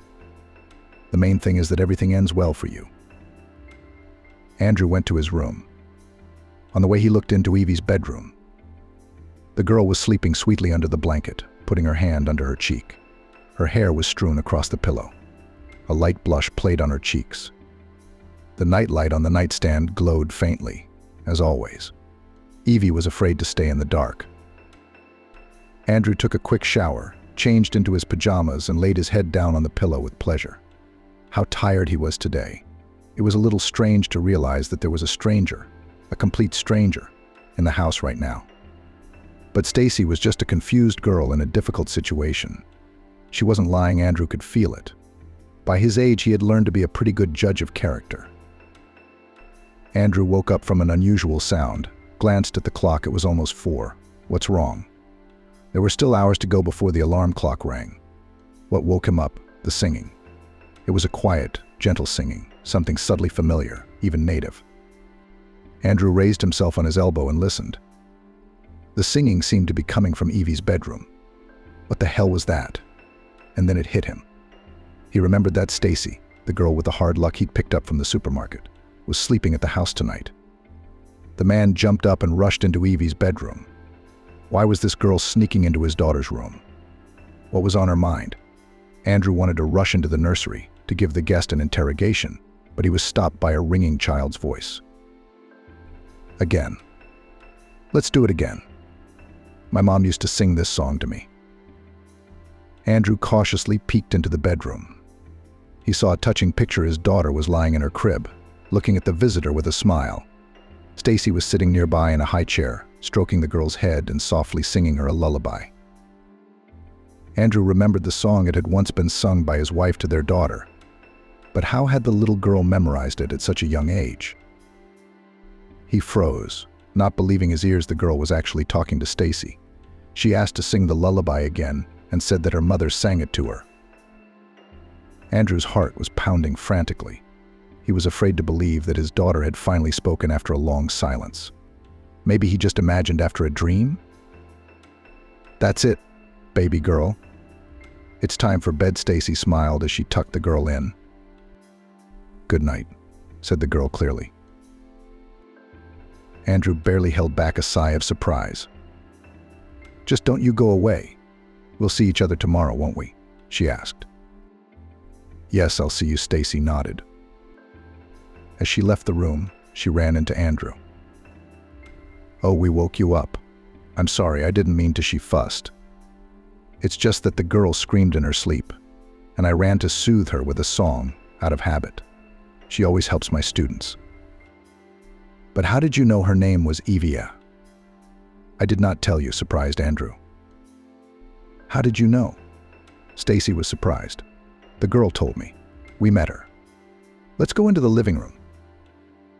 I'll try to make the suggested revisions, keeping it close to the original text. I have a serious conversation to have with you. Okay, Stacey flapped her eyes in confusion. She couldn't understand what was going on. Oh. In the living room, Andrew slowly and thoroughly told her Evie's story. He had to mention Kira's death and the girl's many diagnoses. You see, since Kira's death, Evie hadn't spoken a word, and then suddenly she spoke. I didn't realize she was speechless, Stacey said, surprised. She got in touch with me as soon as she heard the lullaby. She said her mom used to sing that song to her. Wow, poor child still remembers, although it would seem was quite tiny then, sighed Andrew. I have a proposal to you, since you have such a beneficial effect on Evie. You are also a teacher. You have experience in dealing with special children. Could you be a kind of nanny or teacher for my girl? You don't have a place to live now, and here you'll have your own room. I won't hurt your salary. Wow, this is so unexpected, Stacey exclaimed. I'd love to be Evie's nanny, but I have a job. I can't leave my students, you know. I understand, Andrew nodded. You don't have to sit with her all day. The main thing is to come here after work, communicate with Evie, on weekends, maybe spend some lessons with her, or just walk. Naturally, if you need time to yourself, it's not even negotiable. But at any given moment, Andrew was willing to do anything just to keep Stacey by Evie's side. That girl had worked a real miracle. But what if she suddenly disappeared and his girl went silent again? What if leaving Stacey would be a new trauma for her? Stacey stayed at Andrew's house. She turned out to be a very smiling and friendly girl. Evie loved her new nanny, or as she called her friend. Stacey always knew how to keep her entertained. They drew together, made plasticine, even embroidered. Evie was talking now. Andrew couldn't believe it. I make edits to the text, keeping it close to the original. Strangely enough, the speech of little Evie turned out to be very literate, developed. It turns out that all this time she was learning unnoticed from others, absorbed everything like a sponge, and now quietly built beautiful and long phrases. And it also turned out that Evie is an incredibly capable girl. She had a talent for the exact sciences, Stacey had said repeatedly. She'd make a great physicist or mathematician, she repeated. Stacey was a little wrong, however. Evie turned out to be a promising computer programmer. When in the 5th grade she started computer science, the girl immediately demonstrated outstanding talents. The teacher, of course, could not help but notice it. She immediately began to send her capable student to Olympiads of various levels, and almost always Evie returned with awards. Andrew couldn't get enough of his daughter. He was very grateful to Stacey because it was thanks to her talent, or rather her gift of communicating with special children, that Evie began to speak again. Stacey was in denial. She's not my client. She didn't have any serious diagnoses or disabilities, just stress. That's how she reacted to losing her mother. I had nothing to do with it. She would have talked sooner or later on her own. Andrew didn't agree. He knew for sure that if it weren't for Stacey, his girl would have had to go to a special school for kids with serious mental health issues. And then what would Evie be like now? By the time Evie started winning her first awards as a young programmer, Andrew and Stacey were already married. Yeah, that's what happened. They were living side by side. At first, all their conversations revolved solely around Evie, and then somehow, gradually, it became clear to both of them that there was something going on between them. They were drawn to each other. It was pointless to deny it. By the way, Evie had been involved. The clever girl saw everything, understood everything, and was very happy about it. It was she who pushed her father to make the first step. One day, Evie told Andrew straight out that it was time to ask Stacey out. You both need a date, the 10-year-old said with a sly smile. Go ahead, ask her to the movies. And you do not mind? Why would it? I wonder. Surprised Andrew. I, on the contrary, in favor, nodded Evie. Only next time we'll go out together somewhere. Deal? So with Evie's encouragement, Stacey and Andrew began to meet, and then more and more. Soon it became obvious to both of them that they were literally made for each other. And so the wedding took place. Quiet, modest, but very beautiful and somehow cozy. Now Evie had a little sister, Mealy. She's 2 years old now. She is very perky and quick, just like her older sister at her age. By the way, it was Evie who chose the name for the baby. She adored her little sister, babysat her, taught her everything. Dressed up the little girl as a doll and even boasted about it in front of her many friends. Andrew was happy. He has a favorite loving wife and 2 wonderful daughters. Healthy, beautiful, intelligent. They have a close-knit family where everyone loves and supports each other. Stacey and Evie, they are like girlfriends in general. It's so nice to watch them when they do something together, cooking, discussing plans for tomorrow, choosing outfits for an event. Sometimes Andrew wondered what would have happened to him and Evie if he hadn't met Stacey at the supermarket, or would have walked past as he'd intended to do at first. Perhaps it was fate itself after all. The widow of the late doctor arrived at the old house, and barely had she gone to the village wedding. Alex had been stuck in traffic for 2 hours. Already half an hour ago, he was supposed to be at the reception organized by the investor on the occasion of his birthday. He'd driven straight from the clinic and hadn't even gone home to change. His wife Stacey called every 10 minutes to remind him not to be late. And he was late. A traffic jam this bad wasn't part of the plan. I don't know what happened out there. The cars stood dead still, shifting a meter every 5 minutes. And then stop again. All the cars behind and front on the side were already considered, and the drivers could be considered familiar. And that car overtook by half a meter. And now it was 1.5 meters behind. Some kind of entertainment, an old man in a Volga in front. Some sticks with red rags on the ends stick out of the trunk. On the left is a girl in an Audi. She talks on the phone all the time and occasionally looks at Alex with interest. On the right, the most desperate or the most brazen occasionally fly by on the side of the road. What's ahead of them is unknown. Alex wouldn't be nervous at all.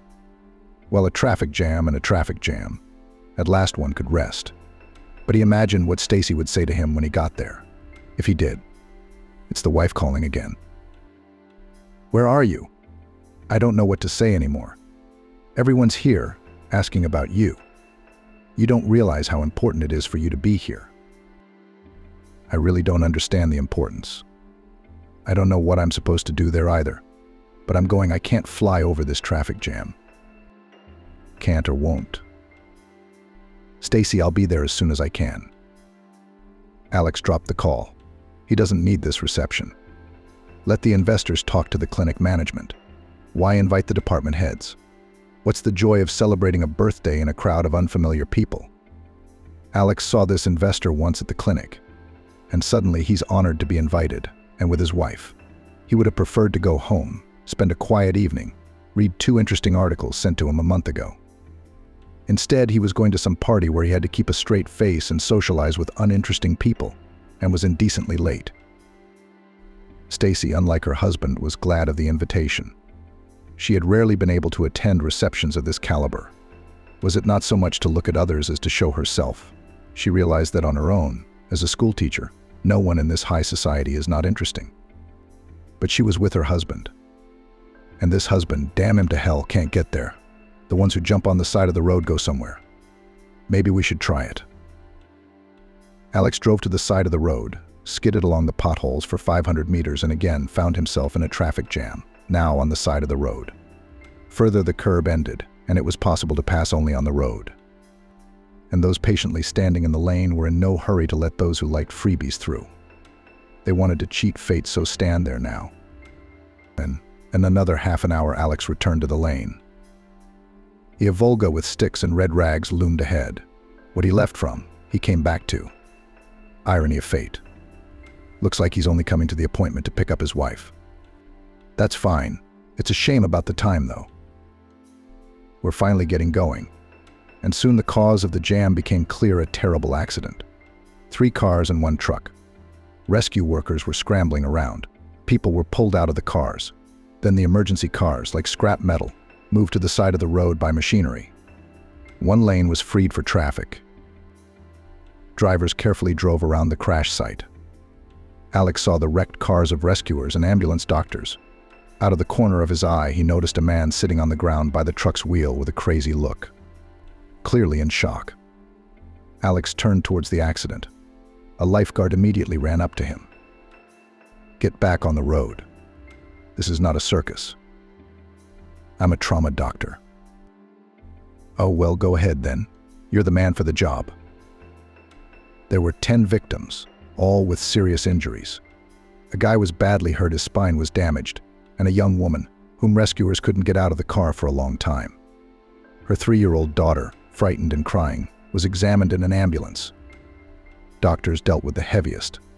The others with fractures and injuries were waiting their turn. Alex had been stuck in traffic for 2 hours.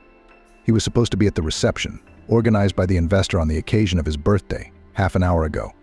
He'd driven straight from the clinic and hadn't even gone home to change.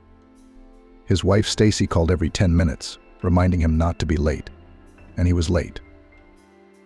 A traffic jam this bad wasn't part of his plan. I don't know what happened. The cars stood dead still, shifting a meter every 5 minutes. Alex looked at the surrounding cars and drivers, trying to distract himself. In front was an old man driving a Volga with some sticks with red rags sticking out of its trunk.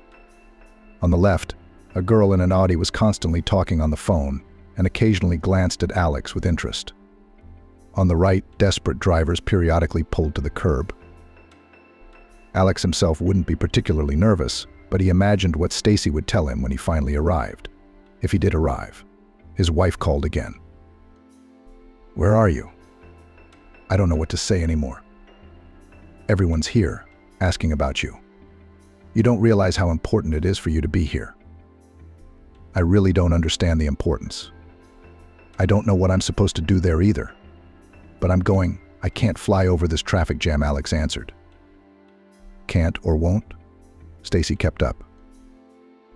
"I'll be there as soon as I can," Alex said tiredly and dropped the call. He didn't feel like going to this appointment at all. Let the clinic management talk to the investors. Why call ordinary managers? To celebrate someone's birthday in a crowd of unfamiliar people. Alex has only seen this investor once. He would prefer to go home, quietly read interesting articles, rather than go to a party where you have to keep your face and talk to uninteresting people, and even be indecently late. Stacey believed that the power of words could be used to keep students from doing bad things.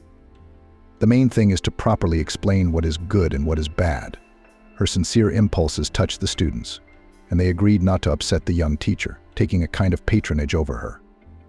At 13, these idealists were convinced that they knew much more about life than their naive, saintly mentor. The whole class went hiking together, watched new movies, skated or played beach volleyball. Thus, in an atmosphere of mutual illusions, Stacey brought her class to graduation. Apparently, her teaching efforts were not in vain, because after graduation her students did not disappear from her life. They congratulated her on her birthday and New Year, came to share their troubles, or just to chat. Teachers with great experience and merit believed that such trusting relations with students were an indicator of professional unsuitability. Our task is to provide education, and to make friends with students is the height of unprofessionalism. There is not enough mental strength or time for everyone, they said. Most likely they were jealous of Stacey, but for some reason they couldn't admit it. In high school, Stacey met Alex. He was 12 years older than her, a mature and confident man.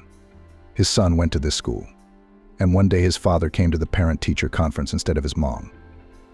Alex was attracted to this enthusiastic teacher with an unconventional approach to pedagogy. He divorced his wife 3 years ago and had no contact with her at all. The separation from his son was too painful. They met only occasionally.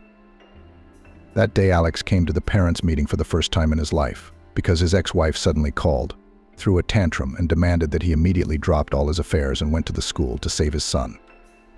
What to save him from, she didn't explain. Why she didn't go herself, it was clear she was in no condition. Alex realized that most likely nothing terrible had happened, but still went to the school.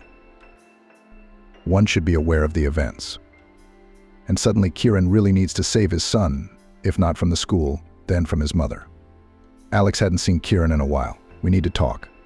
He was ready to take Kieran with him, but he was afraid that his ex-wife, left alone, would go crazy. And Vincent, feeling sorry for his mother, refused to move in with his father. Alex was worried, but he didn't think it was possible to put pressure on his son. He was an adult and would figure it out on his own. After the meeting, Alex approached Stacey. He really didn't understand why his ex-wife was so hysterical. AC in physics? A conflict with a classmate isn't a disaster. It's just high school life. Unpleasant, sure, but no reason to declare a rescue mission. Stacey confirms there's no problem. Vince is a wonderful boy, a little withdrawn, but kind and talented, she said. Alex had already realized that all students were wonderful and talented to her. She would even justify a bully and find a lot of positive qualities in him. An amazing girl. There aren't many like her left. Alex always came with flowers, gallant and courteous. Stacey's friend, history teacher Kira, in common parlance Millie, colorfully told how the teachers reacted to her novel. These envious women can only discuss you. For them, teacher and nun are synonymous. You can't have a teaching career if you've got a man. Or rather, you've got the wrong guy. If you'd brought out some loser, that's a yes. And self-sufficient, independent man they will not appreciate, and therefore in your selfless labor. A happy, loved, prosperous woman. What can she teach her children? How will she prepare them for the rigors of life? Millie mocked them. You're overreacting, Stacey countered. Half of our teachers are married. Married ones are there, not happy ones. How would you know? Millie countered. Why do they make you feel bad about yourself? Why don't they just be happy for you? Tell me. If I was going to marry a good man, what would you say? I'd wish him happiness, Stacey replied sincerely. Millie was right, none of her co-workers were happy for Stacey. They were just gloating and wondering when Alex would leave her. You don't have to get married, Stacey said. You do. Don't give them anything to gloat about. There's no turning back. Stacey was in love. Alex was so serious, so thorough. He was even courting like he had a plan. It was all clearly laid out. The fact that Alex was married didn't bother Stacey. It was strange if a man had never been married by the time he was 40. What confused her was that he never said a word about his ex-wife. So many years together, they had a teenage son, and it was as if Alex had erased her from his memory. What had happened between them? Why had they divorced? Stacey wondered. Alex wouldn't tell her, just dismissed it. She's not in our lives anymore. I wouldn't think about her at all. But there's a son. I've helped him, and I'll continue to help him. Don't worry, we'll be fine. And indeed, everything was fine. They arranged a small wedding trip, rented a house for a week on the coast in Miami. Sun, sea, and no one but the two of them. They just didn't need anyone. Stacey looked at her husband, and only one thought was racing through her mind. How do I love you? How is it that of all the men on earth, I got the best one? She was ready to stare into his gray, most beautiful eyes in the world all day long. No one had ever been so happy. Stacey began to doubt her mental faculties, for she could think of nothing but her husband. Only love and happiness. In all the years that followed, when longing struck, Stacey remembered that week of boundless happiness on the ocean, and it warmed her heart. She longed to return to that place and experience the same feelings again, to remember what it was like to be truly happy. 7 years of life together flew by unnoticed. Love, of course, did not go away, but it became ordinary, not causing the same excitement. When Alex didn't show up for that important appointment at the clinic, Stacey took offense. He'd left her alone among strangers. No one cared about her. Her co-workers tried not to leave her alone, but everyone was vapid. Stacey felt superfluous. When someone looked at her, she felt like she was being pitied, perplexed as to who she was and what she was doing here. She was still hoping Alex would come. When he stopped answering his cell phone, Stacey hailed a cab and headed home. She'd had enough of this embarrassment. At home, she stood in front of the mirror. A tall, slender woman in an elegant dress, with a beautiful, intelligent face, looked back at her. She felt sorry for this beauty, she cried. She had been preparing so much, dreaming that everyone would appreciate their beautiful couple, would say compliments, and Alex would be proud of his wife. Instead of compliments, indifference. Instead of a pleasant evening, longing and loneliness. Stacey cried until midnight, then got angry. Then she calmed down, deciding that she shouldn't get worked up. Alex was about to come and explain everything. He did come, but Stacey waited in vain. No explanation or apology followed. Alex didn't even ask how the evening had gone. Either he didn't remember the reception or he thought it was nothing. Stacey couldn't take it anymore, walked over to her husband, snatched the magazine from his hands, threw it on the floor, and asked, looking into his surprised eyes, "Where did you go yesterday? Aren't you interested in how I had fun? You left me alone and now you won't even explain." "Stacey, I'm tired," Alex replied, picking up the magazine from the floor and continuing to read it. And that was it. No more explanations followed. That's how indifferent it was, just impenetrable. How badly it made my soul feel. What should I do to make him come out of his shell and show some feelings? Change him, or what? Die, maybe? I wonder if he'll notice. Probably just happy to be distracted from work again. Another sleepless night and desperate loneliness in the morning. This morning was neither good nor wise. At any rate, neither were the evenings. Not a single wise thought came during the night. What to do with a personal life that was going downhill? Stacey decided to take the tried and true route. She should go to Millie's. She always had a way of setting things right. Millie's loyal friend was a big fan of Alex, thought Stacey was complaining about her fat. There are no husbands like her anymore, and you can tell from experience. Millie had been married twice over the years and considered herself an expert on husbands, both her own and other people's. Her first husband was an artist, a musician, a poet, 3 in 1. Life with him was a total celebration, a wrench in the air. Millie said that mostly in her head he was fun and unpredictable. An unrecognized talent, an unaccomplished genius. A bohemian, a boy who hadn't grown up. Husbands are like trained animals in the circus, Millie said. He seems to be trained, but it's not clear what to expect from him. And we lived in starvation from lack of money. Millie went to the other extreme. Her second husband was a boring middle-class bureaucrat. Not young, unattractive, but with means and connections. The presence of a young and beautiful wife sharply raised his authority in the eyes of colleagues. So he spared no expense on his doll. In addition, his wife a schoolteacher, somehow out of status, so now Millie taught at the university. All would be nothing, but tolerate his boring Millie long could not. She got divorced and got a good apartment in the city center from a miser as a payoff. Now she was in full chocolate and in the active search for the next husband. Millie sincerely thought that her friend was lucky. Alex is handsome, smart, and a great doctor. Not boring, doesn't drink, doesn't cheat. What more do you need? She'd never had a love like Stacey's before. All she could do was dream and envy. Stacey showed up looking as gloomy as a cloud with tears in her eyes. "Why don't you have a quiet life?" Millie asked. "He doesn't notice me at all. If I disappear, he'll only realize when he can't find supper.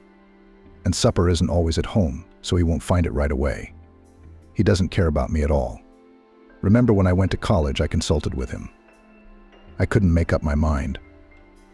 A month ago, he asked me how I was doing in school." "Stacey, are you exaggerating?" "I don't get the image of Alex in my head. It's not about him. He's a reasonable man. Yeah, he's very busy with work, but that's good. Who's so obsessed with work that they forget their wife at appointments? You think he's got a woman?"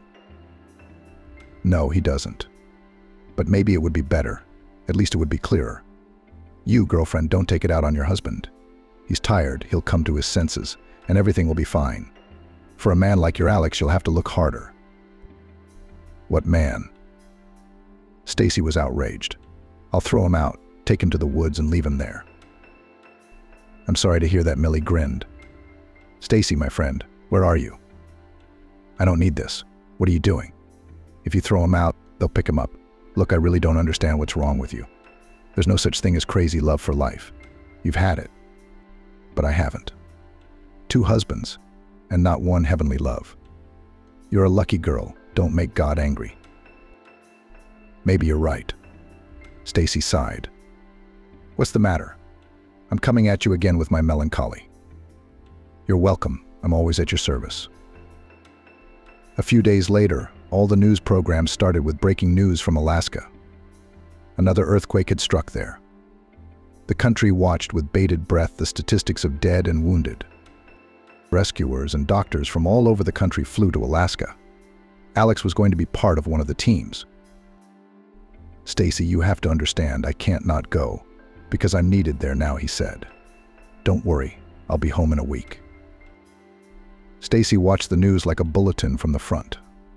One day she saw Alex in a story about doctors. Worried, she called him. He answered.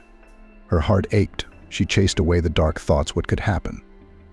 He doesn't go into the rubble. He helps those who have already been harassed. Suddenly there was a new jolt. More dead and wounded. Alex didn't call for 2 days. He didn't answer the phone. Finally a call. "No, it's not Alex. It's an unfamiliar number." "Yeah, I'm listening," Stacey answered. "Stacey? It's for you.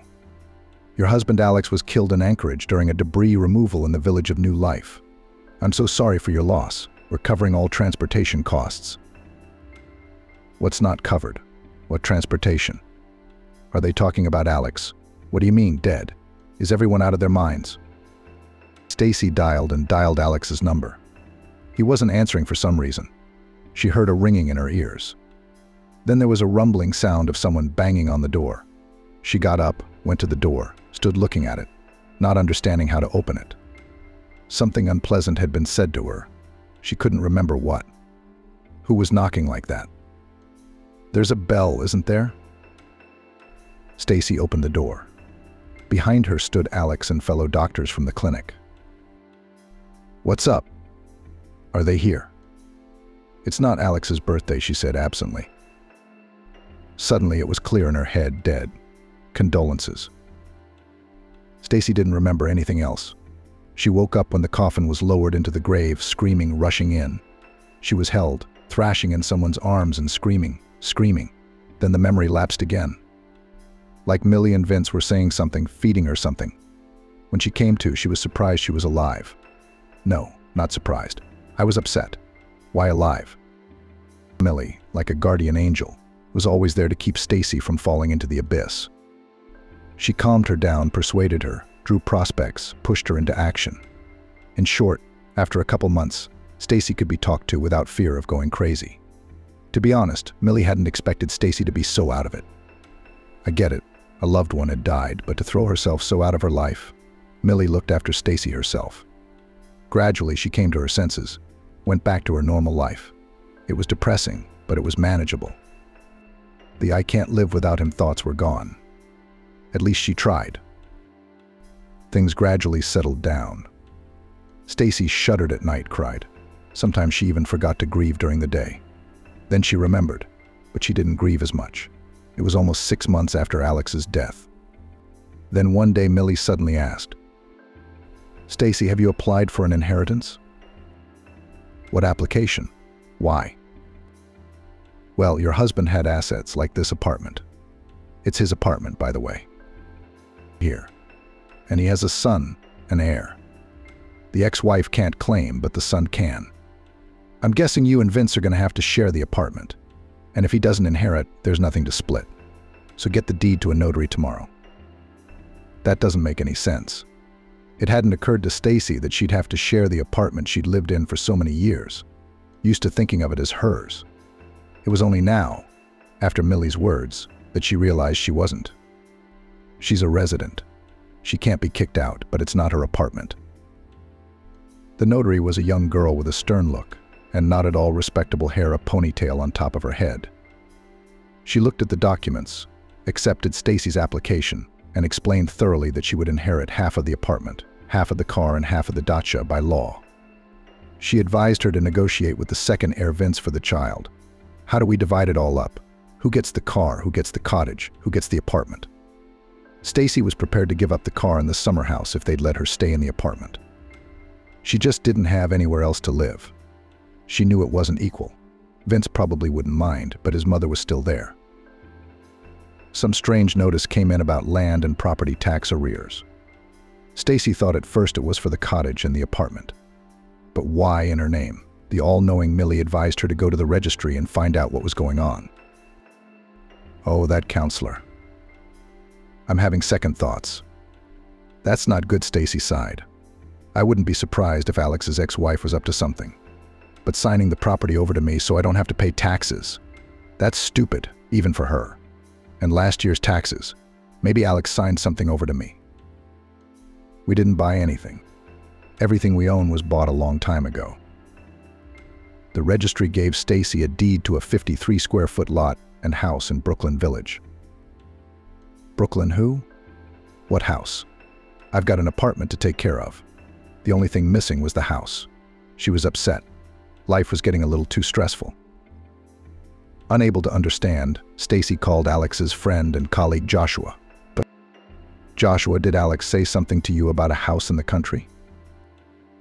You mean Brooklyn? It's a nice cabin. I loved it.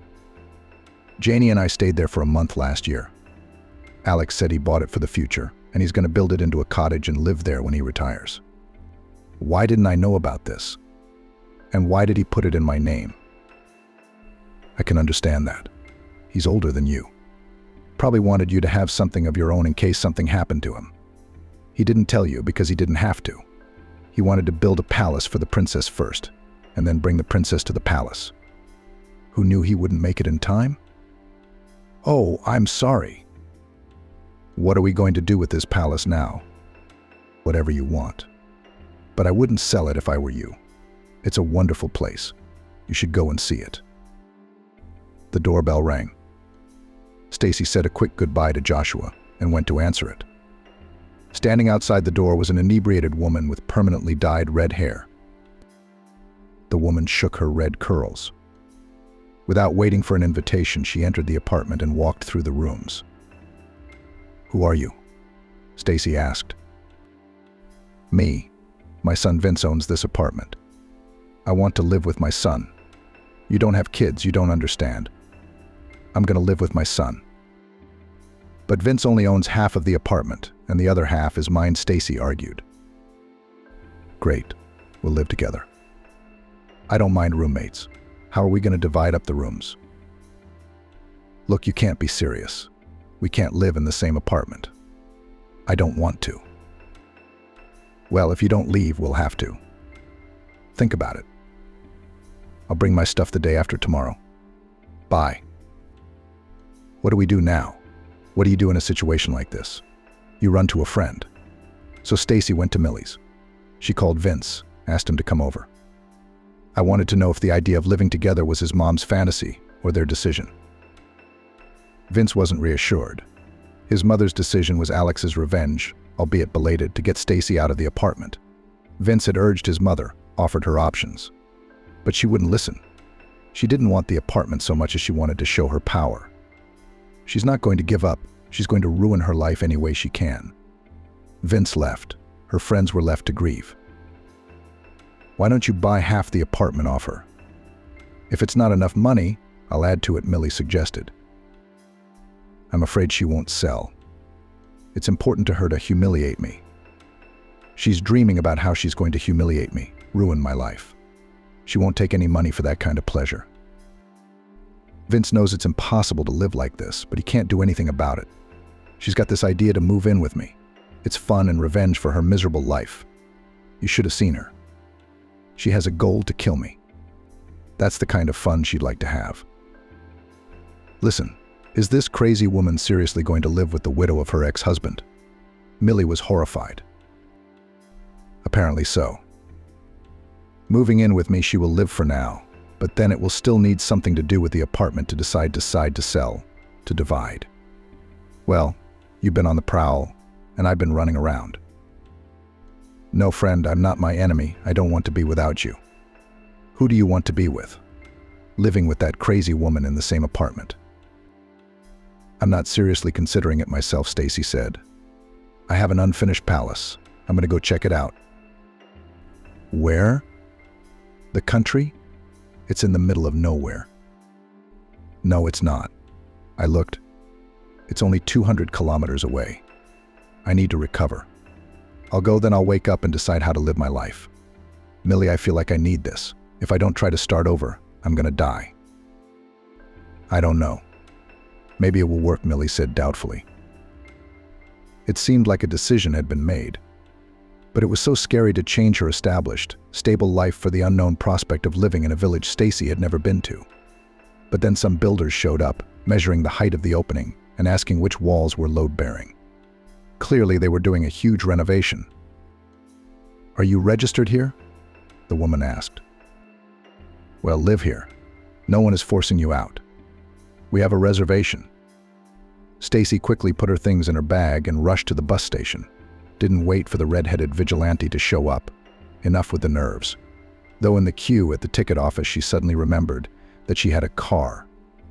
She was kicked out of her apartment, so at least she could have her car. I didn't doubt that they would track her car. They wouldn't deny themselves such a pleasure. But for now, we can drive to the village. Where am I going? What for? How will I live? I'll figure it out when I get there. Strange village. Not a lantern, not a light. The time is 21:00, and the village is dead. Either they're asleep or there's no light. Where do we go from here? Where's the heir to the estate? Yeah, there's people here. Apparently the car is a novelty around here. Crawled out to have a look. At least they'll tell us where to go. They did. But they looked warily what kind of a lady brought here at night. And there's really no light.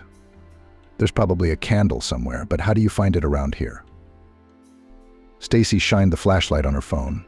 She found the bed and went to sleep. I'll figure it out tomorrow. She couldn't sleep with hunger. She broke all the cookies she'd taken on the road. There was nothing else to sleep on. Stacey didn't immediately realize where she was.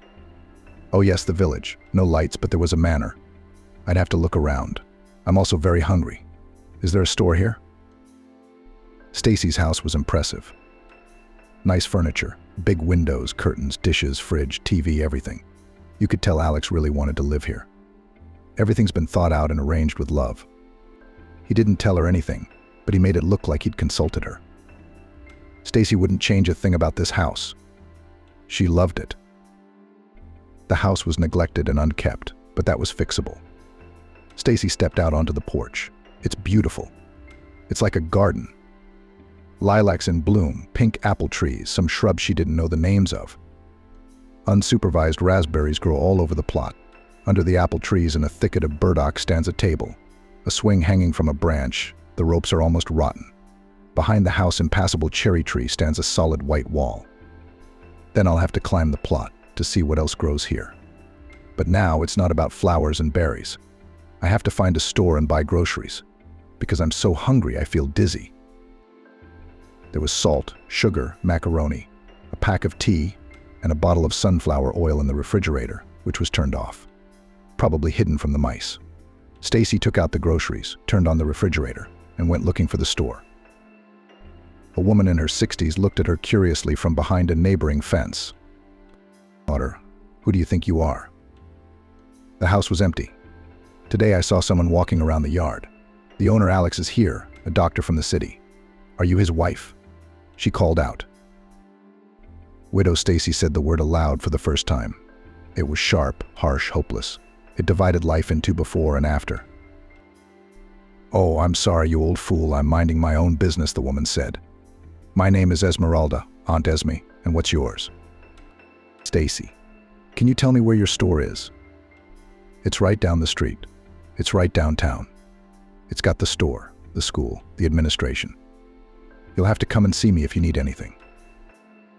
"Thank you, Aunt Esmeralda." Stacey walked down the street, looking around the village. It was interesting and completely different from her idea of rural life. Once upon a time, while still in college, she had traveled to visit her friend Maggie. It had been her first and only experience of village life. Since then, Stacey was sure that the countryside was dusty streets with lush grass, old houses and vegetable gardens with potatoes and cucumbers. And certainly no decorations in the form of flowers and ornamental bushes. A village is poverty, lack of amenities, and hard work. It's no place for flowers. Whether that village was in the middle of nowhere, or whether things had changed dramatically over time. But now Stacey was pleasantly surprised. In Pokrovka there were good houses. In front of each yard there was a well-tended front garden. Even the streets were not gray and dusty, but green, with flowering trees and bushes. The appearance of a new person in the village was an event. As they walked toward the store, curious eyes peered from behind every fence. 15 times Stacey said hello and explained who she was. Vigilance in the village was at an all-time high. No one passed unnoticed. Somehow the rumors got to the store before Stacey did. 10 people came to see the town girl. The store was full. Nobody bought anything. That's not why they came.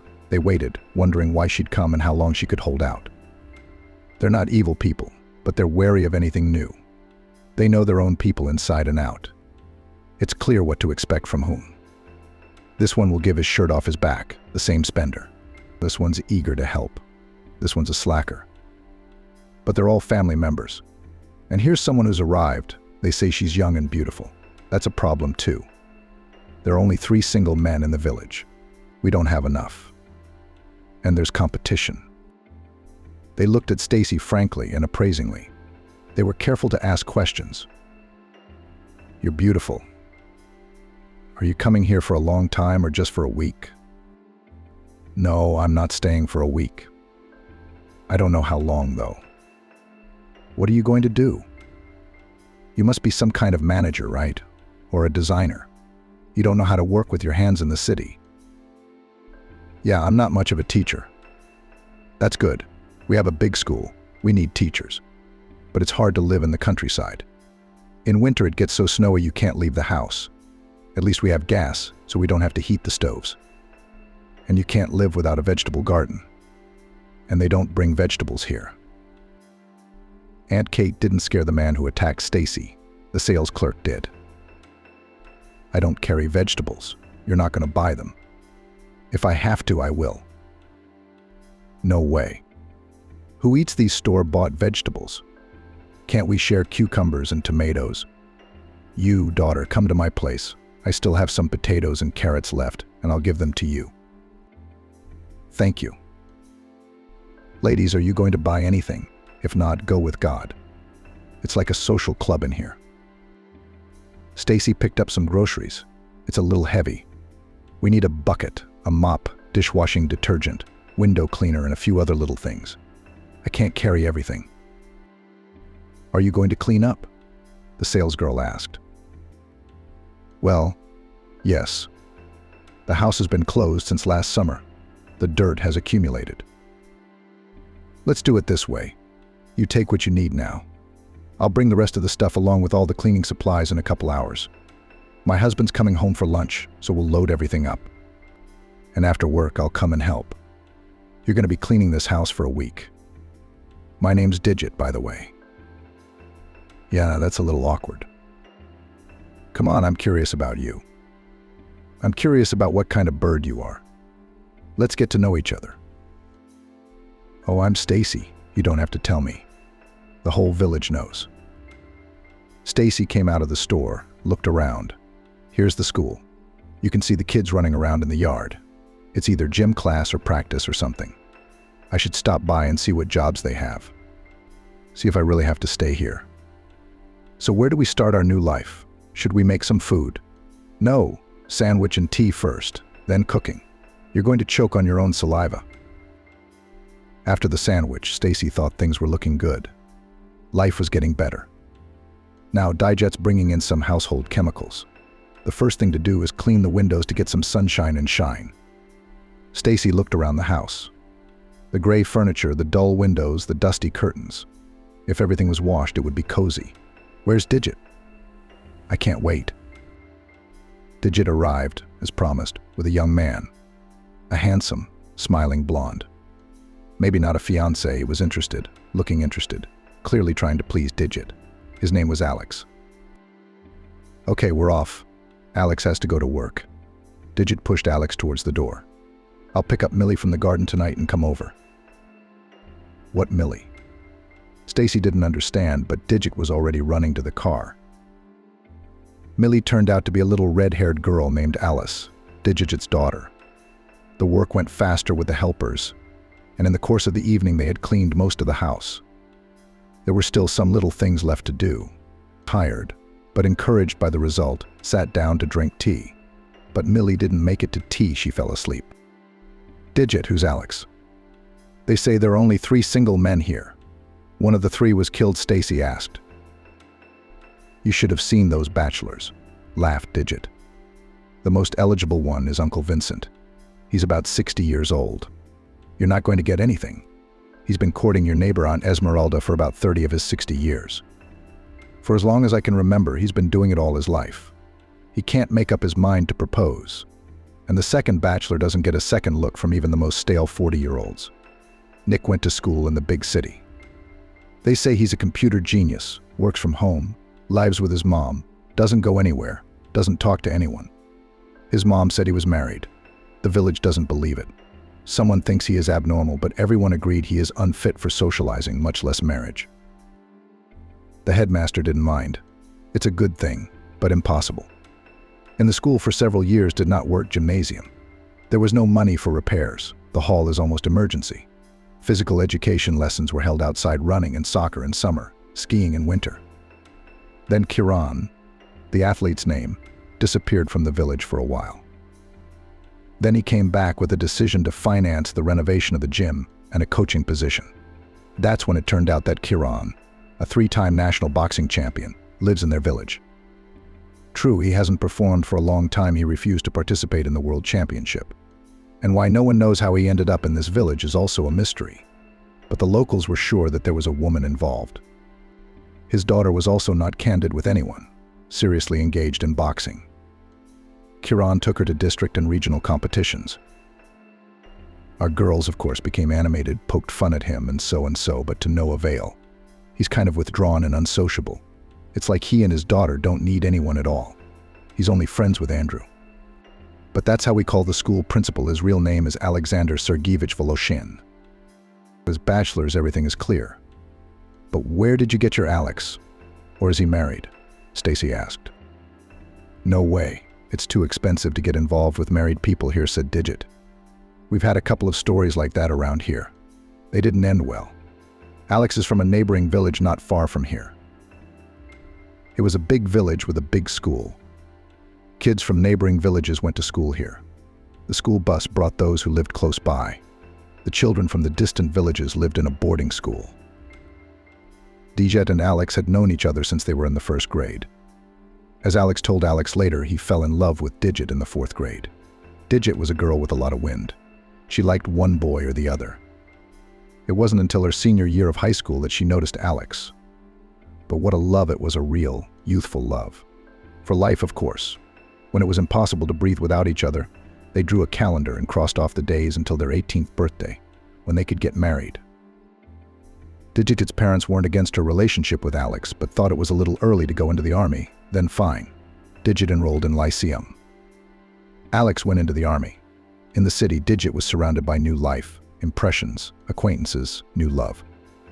Digit became pregnant, and the future father suddenly disappeared, not appreciating the happiness that happened. Digit cried and went back to her mother. She cried too and said the usual "I told you so." She hugged her wayward daughter and began to prepare for the birth of the baby. Digit avoided Alex. She was ashamed to look him in the eye, but at night she cried, pitying her first love. That was it. Her love life was over. She would have no love, no family. One joy, red-haired Alice, her mother's happiness. Alex couldn't get over his Digit, tried to live without her, but it didn't work. You know, Stacey, he says he can't live without me. We need to be together. After all, we've lost so much time, said Digit, relaying her friend's words. I don't believe it. How can you forgive betrayal? I chose my destiny. I'm fine, and I don't need anyone. And he just keeps coming and coming. Everything's fine. My eyes are wet, replied Digit. She chose her fate. Ask your fate if she doesn't like your choices. You've been given a chance to get it all back, to be happy. So grab it. Why are you showing off your pride? Stacey said. I can't get anything back. Not a chance. Oh, Stacey, I'm sorry. I'm just sitting here complaining. Silly me. Digit, if you love me, don't be stupid. Now, you've made your mistakes. Don't make another one. You'll never forgive yourself. Oh, look, there's plenty of time. Digit picked up a sleepy Alice. Oh, my darling. It's a shame to wake her up, but she's a big girl. Not Nika. Okay, bye. I'll see you tomorrow. Digit. Thanks for your help. It's a lot of work. Don't kid yourself. For a couple more days, Stacey tidied up and shined. The house was clean, cozy, lived in. It's beautiful. If she could just get the grounds sorted out, it would be a manor house. But Stacey couldn't tackle the grounds alone. She'd need a lot of muscle. All right, we'll do it slowly.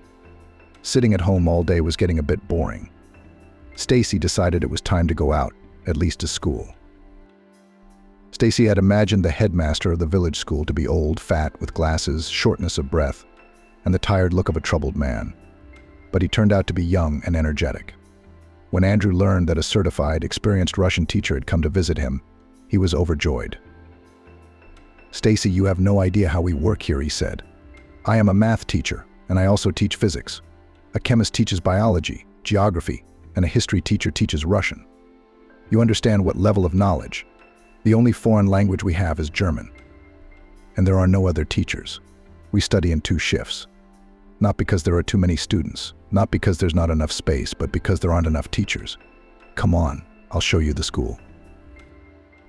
Andrew talked about the school only in the superlative. He was proud.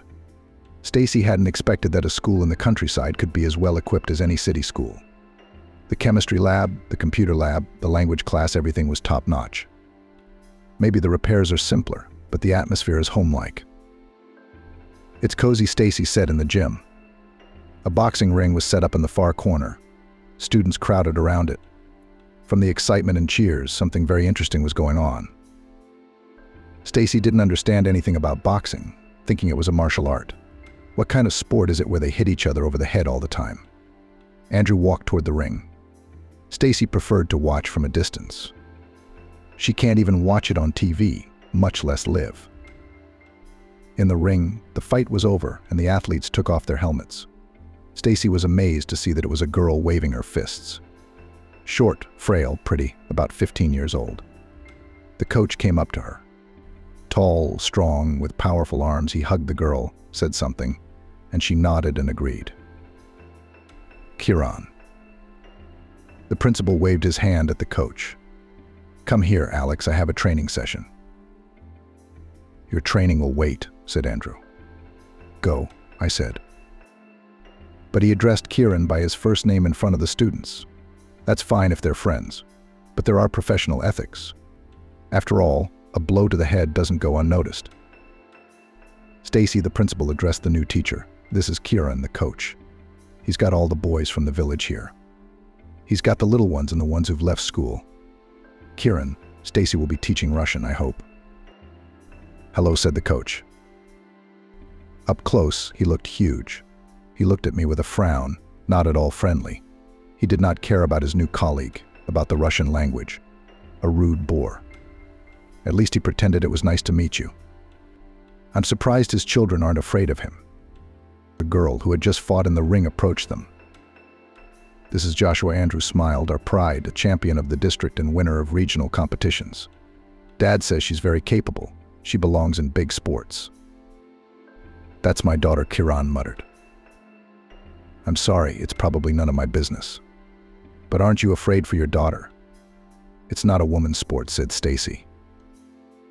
It's none of your business, said the coach. Okay, that's it. We're done talking. Time to go. Andrew, thanks for the tour. I'll bring the documents tomorrow. Bye. Stacey walked towards the exit of the gym. She heard the principal quietly reprimanding Kieran. Are you out of your mind? What do you want? Bear horny. You're not mad at Daddy? Stacey caught up with the boxer girl. He promised with his boxers. He forgot how to talk to women. How are you guys settling in here? Do you want me to help you? I'm afraid Daddy would mind. No, he won't. He's not mean, he's just unhappy. He needs to come out of his shell and socialize. He doesn't want to. He's not here either. Let's be friends. And Dad, I'm sorry, I know he's in his own words. His conscience is killing him. He'll apologize tomorrow. Okay, we'll see. Hey Joshua, come by if you get bored. She's such a sweet girl. And she loves her daddy, Stacey thought. I wonder why she called him miserable. Something terrible must have happened. If a person is so closed in on himself, shut off from everyone with his ostentatious indifference and deliberate rudeness. Stacey liked the school and Principal Andrew. She decided she would be comfortable in her new job. One unpleasant person doesn't make the weather, and she's not interested in boxing. So Coach Kieran could be ignored, communication minimized. She was starting a new life, excited about the changes that were coming. No one would be able to throw her off her joyous mood. Not even someone as unpleasant as Kieran. Stacey caught herself thinking that whatever she was thinking about was being lumped in with that coach. That was just what was missing. What did she care about him? Stacey brought her diploma and employment history to school, wrote her application, and was hired to Andrew's outright glee. Too bad it's the end of the school year. But starting in September, everything will go according to plan. And now there is time to assess the equipment of the classroom, something to add, correct, prepare a curriculum. Joshua often came in, chatting and helping. Although Stacey had vowed not to talk to Kieran, she had to see him. he looked for and found her in the Russian language room after training. By the way, for the scene of acquaintance, he, as Joshua said, apologized. Communication was very low-key, hello, goodbye, how are you? Stacey finally got to work on the property. It took a long time to gather her courage, telling herself that it was no big deal, that other people could handle it. In full uniform, gloves, galoshes, with a shovel and hacksaw, went to war on cherry bushes up to 1/2 meter high. I dug, but no way they have roots, to the center of the earth, or what, grow to the center of the earth. I was digging something out, sawing something. I got tired, sat down under the apple tree, and got upset. There's enough to saw or not to saw for the whole summer. So tired, so frustrated. Evie caught her. Stacey, you can't do this. It's going to take a lot of heavy lifting. I'll tell my dad, he can help. No, that's not a good idea. No, it's not a bad idea. It's vacation time. School kids don't go to practice, only adults. That's 3 times a week. He made borscht yesterday out of idleness. Soon he'll start cross-stitching. He'd better do his niece more good by virtue of his great stature. The next day, Kieran came. Stacey felt so embarrassed. He'd think she was the sort of girl who'd look for an excuse to lure him into the house. Every single woman in the village tried that. I don't want anything, she said. I didn't ask for it. I can manage on my own. She thought Kieran grinned. That's a waste, Stacey thought. The awkwardness was gone. So angry, he grinned. You'll only be needed as a tractor, she jerked her chin and pointed with a royal gesture, the shovel is over there. Kieran was visible from the window first. She pretended not to be at all interested in what he was doing there, but she tried to peek discreetly. No sympathy for this man with a nasty temper, of course. But to say he wasn't handsome would be a sin against the truth. Then Kieran moved to another corner. You couldn't see him from the window. Stacey fiddled around. No, she couldn't see him. After about 3 hours, Stacey thought she was being indecent. He's working hard, and she didn't even offer him water. She took the bottle, walked behind the house, and was stunned to see there were no bushes. 5 gorgeous cherry trees along the fence, some bushes. Just a delight. Kieran was tired and asked for water to wash his face. Stacey brought a bucket of water. Kieran took off his t-shirt and splashed in the bucket. Stacey didn't look, but her eyes somehow squinted in that direction. Digit came through the wicket. Wow, she whispered. What's with the mating games? Why, it's the season, isn't it? Isn't it? Isn't it? What are you talking about? Stacey was outraged. He was sent to me with the idea of making friends with you two. He's worried about his daddy. I'd be worried too if I were you. You're a good daddy, but he's no good for you, smirked Digit. He's no good for friendship. Only for love. Digit, stop mocking me. What are you here for? If you're visiting, shall we go inside? No, Stacey, I'm not visiting. I'm here to formally invite you to the wedding. Oh, you've really made up your mind, haven't you? You've brainwashed me so much I realize there's no more time to waste. The wedding's in a month. Of course, I could have brought the invitations later. But I'm so excited, I wanted to share it with someone. Digit turned to Kieran. Kieran. Can you hear me? I'm inviting you to the wedding. Why him? Stacey whispered so Kieran wouldn't hear. You don't know him at all. It's a whim of mine. I invite whoever I want. Digit waved her hand. Well, I'm off. The groom's waiting.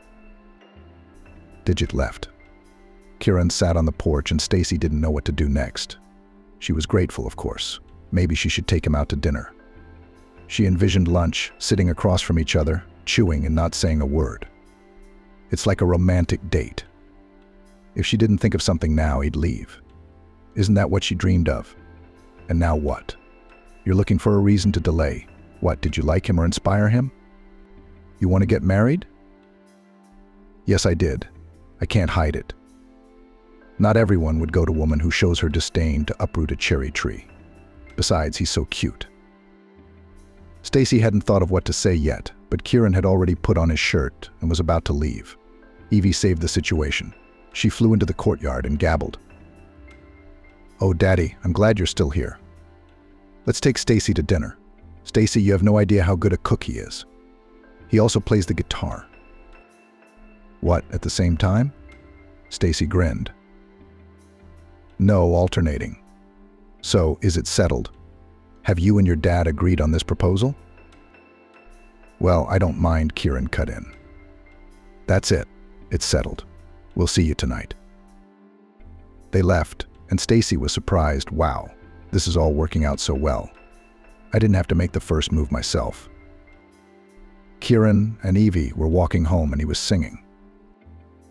"You're a clever and beautiful girl, but I think it's time you were whipped." "Dad, you weren't faking it, were you? I see you like Stacey, don't you? What would you do without me? Thank you. Thank you. You'd be running around in circles for another year." "It's too late for a whipping." 10 years too late, Kieran grinned. Stacey was going out, pulling out almost her entire closet to find an outfit that wasn't too flashy. He'd think she'd dressed up for him. It's boring. It's unfashionable. Here's a light-colored sundress with little flowers. Modest, but tasteful. God, if someone told me that I would dress up and be nervous before a meeting with a former athlete, desirable, I would spit in his face. That's how fate turned, Stacey thought as she dressed up and worried. So she got dressed up and went out.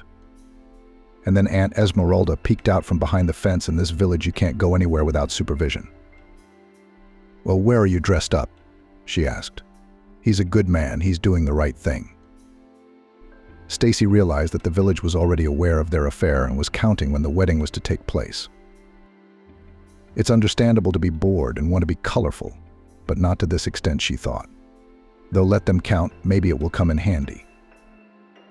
Dinner had been excellent. I couldn't believe Kieran had made it. How could she not? There's no restaurants here you can't order in. Evie was radiant, talking only about Daddy, how wonderful he was and what a sporting career he'd had. The girl really wanted Daddy to be happy. She remembered Mommy, remembered what love was like. But Mom is gone. She couldn't let her daddy live his life alone. She really liked Stacey. And she noticed that Stacey was looking at Daddy with interest. Evie's goal was to get them together. And if a child is up to something, parents are powerless. Kieran and Stacey had another fight. Everything was fine, talking, joking. Turns out Kieran isn't a letter at all. He's a very nice person. Stacey, who put you up to this? She's been going on about boxing not being a sport for girls. It's like stepping on a sore spot. For years, Kieran's been instilling in his daughter a fighter's character. Almost raised a champion. Now some inner-city franchise teacher who knows nothing about professional sports says his daughter should give up boxing. Yes, they embroider cross-stitch, but she can stand up for herself, resented Kieran. If someone hurts you, you will cry, but she will fight back. She'll grow up to be a strong sportswoman. Maybe it's my ambition. But I want my daughter to be a champion. If you had kids, you'd understand. He was hurt. This woman doesn't know anything, but her words hurt. He finally liked a man, but it was like they were from different universes. They couldn't understand each other. Stacey walked home. Evie caught up with her. Evie, go home. I'm sorry I hurt your daddy again. There's something I want to tell you. I think it's time. Kieran and Kira were a nationally known couple. He was a Russian champion, a brutal macho, virile and strong. She was a slim and delicate model whose photos were everywhere on billboards, on TV, on the internet. Kira gave up her career as soon as she found out she was pregnant. No doubt she does not need this whole show business, house, husband, child, nothing else. The birth was awaited with trepidation. The name was chosen long and carefully, but they did not agree. Kira wanted to call her daughter Jessica. She loved the sea very much. Kieran insisted on Evie. When Evie was born, the parents thought it was a miracle. It was useless to say that they were not the first, they were not the last, and others also had children, others just had children. But theirs was a miracle. Kieran wanted his daughter to be called Evie, so he secretly registered the child from Kira and brought the birth certificate, which clearly said Adams Evie Kiranovna. Kira loved her husband so much that she didn't take offense and didn't say a word against it. Evie. So Evie, no matter what you call it, still a miracle extraordinary. Kira took care of the house and the baby. Kieran was lost in training and competitions. He became Russian champion 3 times and was going to the World Championships. And he was 6 years old when his mom got sick. Evie didn't understand what her mom was sick with, but she saw that her mom was in a lot of pain. It's now she knows that mom had advanced stage cancer. They tried to treat her, looked for specialists, wrote to foreign clinics. All in vain. The worst thing was the feeling of hopelessness, the impossibility to change anything. Kieran never left his wife's side. Constant care, medication by the hour. Everyone knew Kira was dying, tried to keep her with him for a while. After his wife's death, Kieran refused to take part in the World Championships, and the risk was too great to entrust Evie to his relatives. He couldn't leave her to anyone, not even for a day. It seemed to betray Kira. The sports career was over, only coaching was left. And Evie dragged him everywhere with him. Slowly he started coaching. She liked it, and she had the ability. His pupils consistently became prize winners in competitions. He was proud of their successes.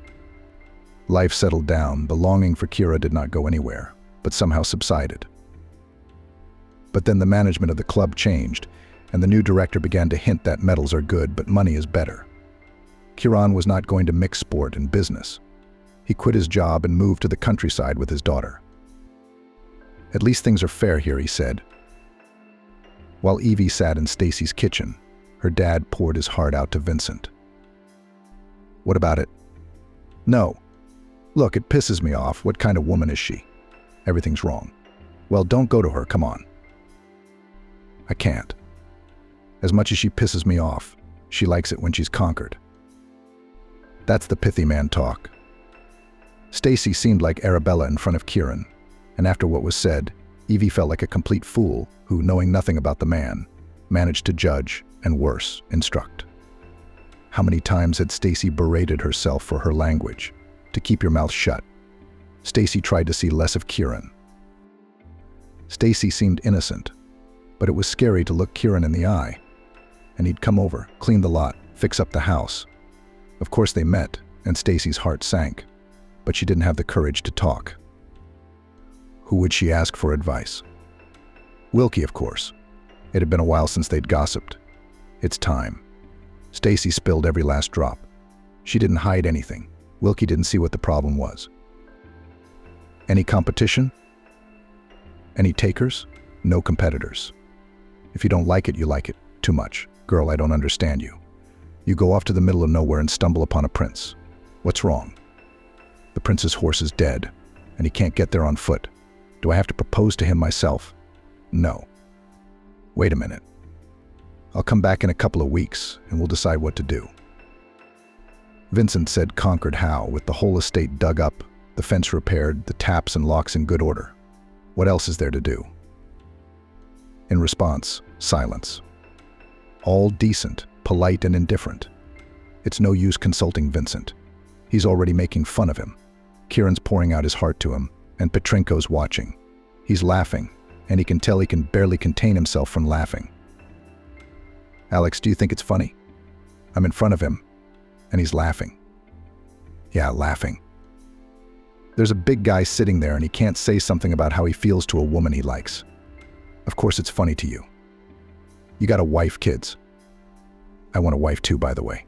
And not just any wife, but a very specific one. You're Vincent, of course, and I'm a boxer.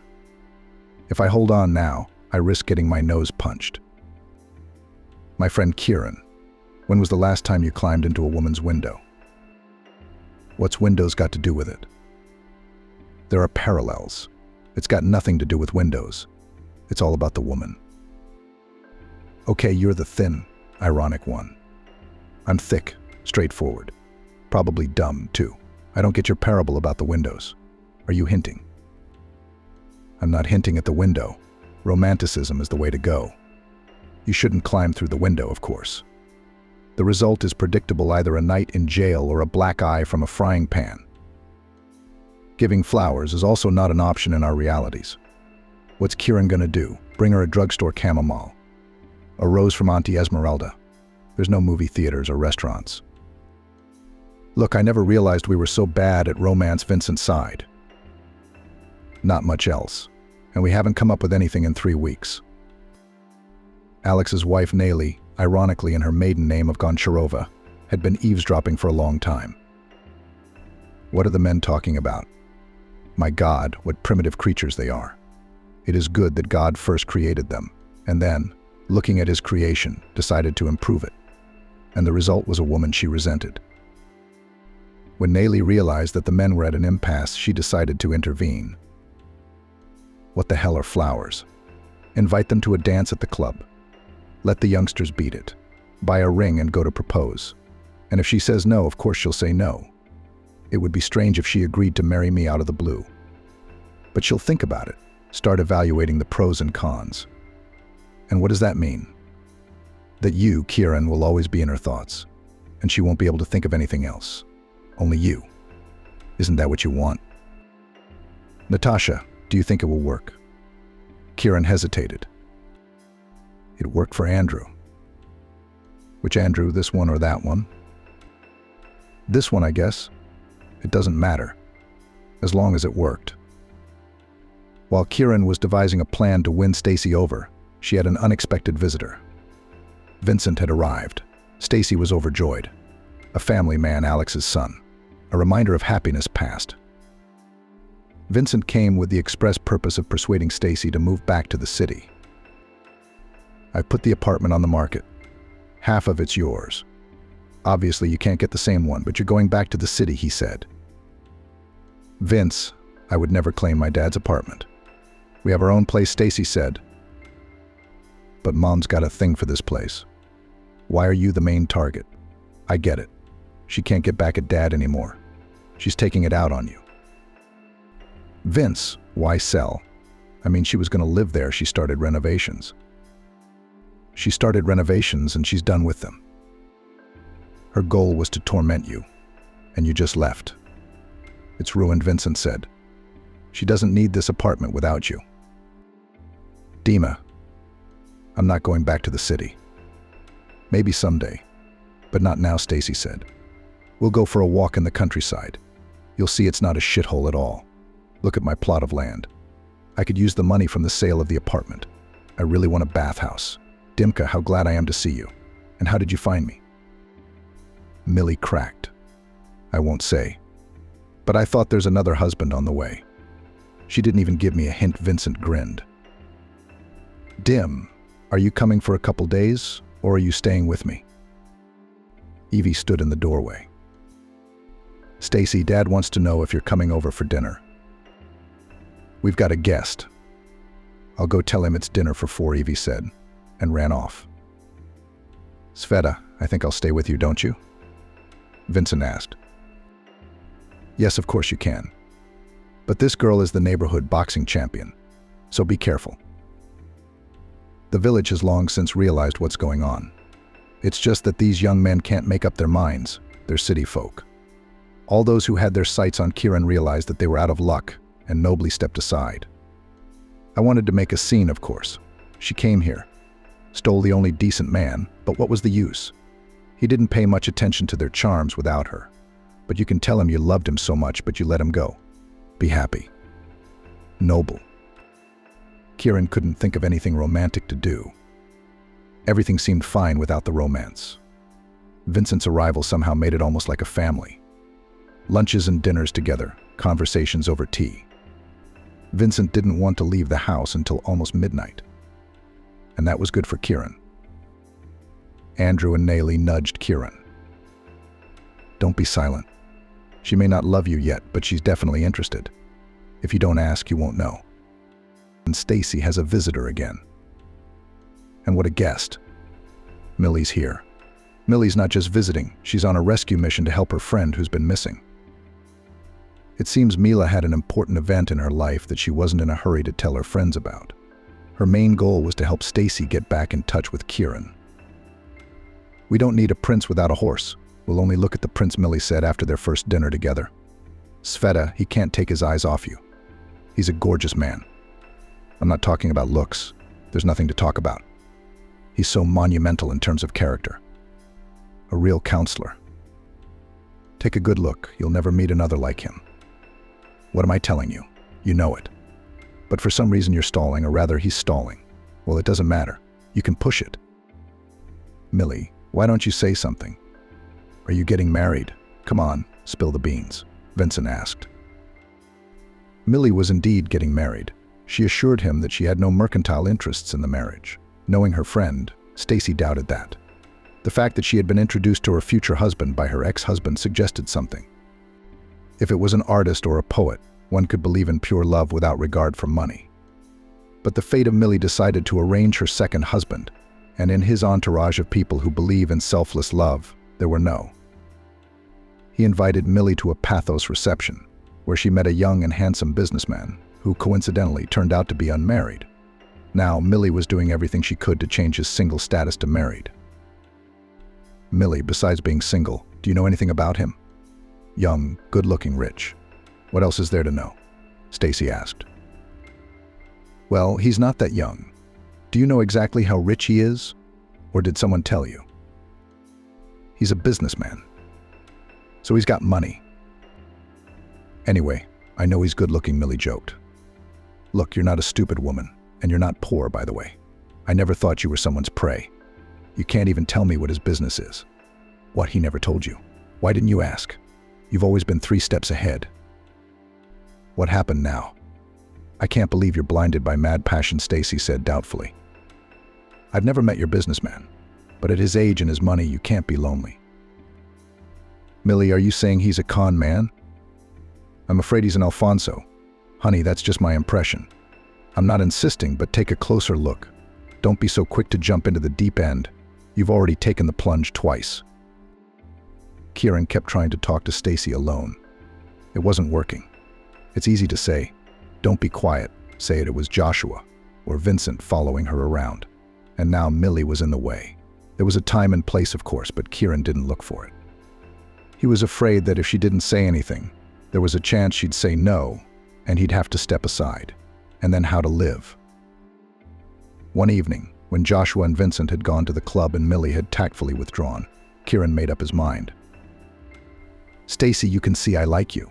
You don't have to say anything. If you say you're so nice but I don't want to hear it. I told you so you'd know. You already knew. Now you know for sure. Think it's up to you. Roma, I don't know what to say, Stacey replied, confused. It's good that you don't know, but I have something to ask. Or rather, advice. Kieran gave her daughter a shocked look. He'd raised her to be an athlete, a champion, and suddenly she said she wanted to be a lawyer. Why all of a sudden? All that hard work, all that training, all that success. Now it's all for nothing. And she won't listen to anything. I got a job on vacation as an assistant at a law firm. I drive every morning to the neighborhood of law offices.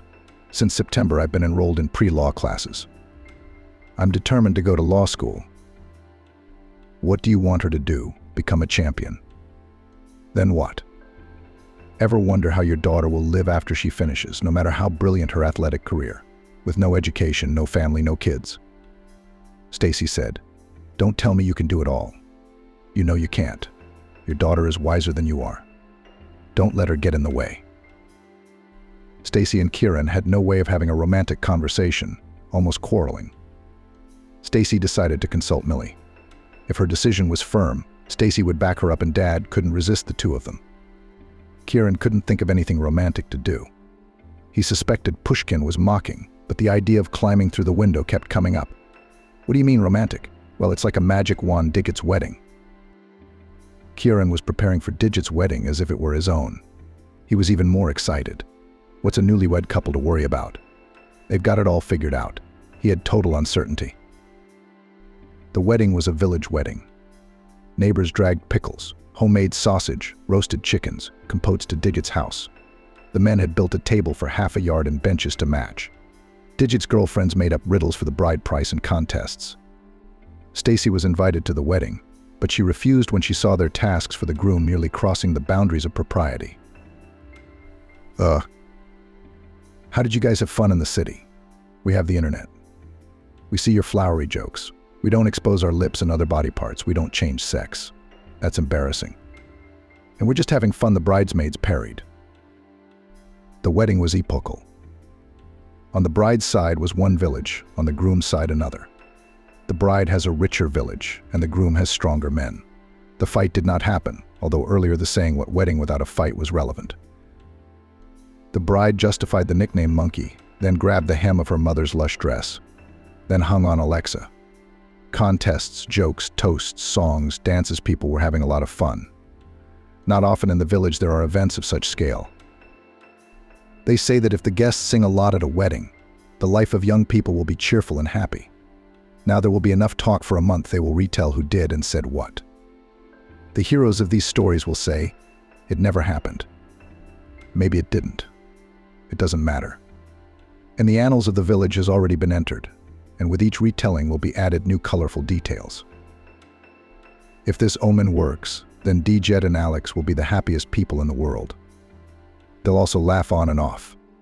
Vince, the accordion player, played all night with a drink break. Did he have time for an appetizer? No, the people demanded songs. They sang the most heartfelt ones. There are so many golden lights, oh Kalina blossoms on the Morom Road. And of course Vladimirsky Central. And Central sounded especially heartfelt, although there were no prisoners in the village. Due to the fact that Vince did not have time to snack, in 3 hours we were left without an accordion. The young people rejoiced. At last we can turn on some normal music. Of course they did, but after about 10 minutes the older ones demanded, turn off this crap and turn on something soulful. The guys didn't know what was soulful for them, so they turned on Disco 80s. They got it right. Even those who never got up from a chair went dancing. To the song Where the Maple Trees Are Noisy, Kieran walked up to Stacey and held out his hand. On the river wave. Stacey put her hand on Kieran's shoulder. Talked about love with you, she thought. They were dancing. Kieran thought, this is romance. And then suddenly it sounded, love is like a dream. It's gone. What do you mean it's gone? It hasn't started yet. Wrong song, he thought. No, it was the maple trees noisy. Stacey's heart sank. She wanted to tell her love so badly. But it seemed like a man should be the first to say. Kieran didn't talk about love, but he did say he'd take a step after her. No, I can't take that step. Why don't you say something, you chump with no feelings? Stacey chastised herself. The wedding was in full swing. There was singing and dancing, and Stacey suddenly remembered her and Alex. She remembered the wedding without longing, without hopelessness, with sadness, sorrow, and gratitude. For the first time since Alex's death, thinking about him was just a bright memory. But the tears did come. To avoid spoiling people's holiday, Stacey got up from the table, walked out of the courtyard, and walked toward the river. She didn't want to let go of her thoughts about Alex. The stinging sadness didn't hurt anymore. Stacey felt like Alex was letting her go. It was as if Mila had heard a voice. Go on living, be happy. Don't rush back to me, I'll wait. Kieran followed Stacey, but Millie stopped him. Don't let her be alone. She's saying goodbye to the past. Don't bother her. Millie didn't let Kieran go, she followed. That's it, she realized. Stacey's not going back to town. Her fate is a bit stymied here, but she's not going anywhere, Millie thought. That's what makes her so short-tempered. She deserves such a trustworthy man. Hey, what's her bad luck? She's always getting some fake prince. I just want to be loved. I guess to be loved, you have to love yourself. Fate is like a boomerang. It gives you what you put into the world. Stacey knows how to love, but Kieran is still calculating and guessing. I guess he miscalculated, Millie pondered. Well, what are we, young and beautiful? We've got time for more.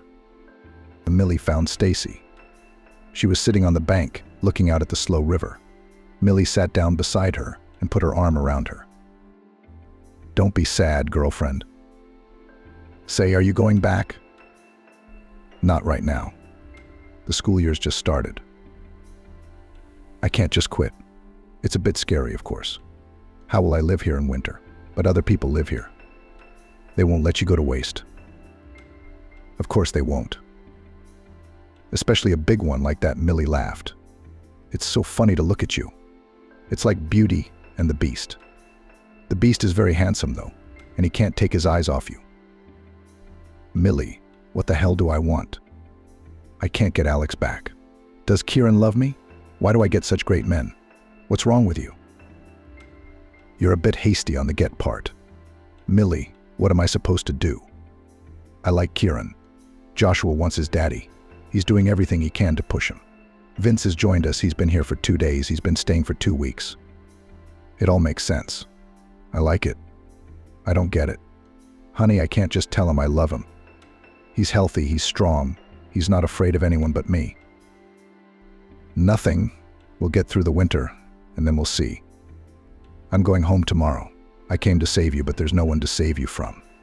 I'm going to deal with my businessman and my ex-husband at the same time. Kieran glanced furtively at Stacey, though he wanted to look at her without stopping. He thought that fate had given him a chance to be happy again by sending this wonderful woman, but there was no way he dared to accept this gift. Fate might get angry.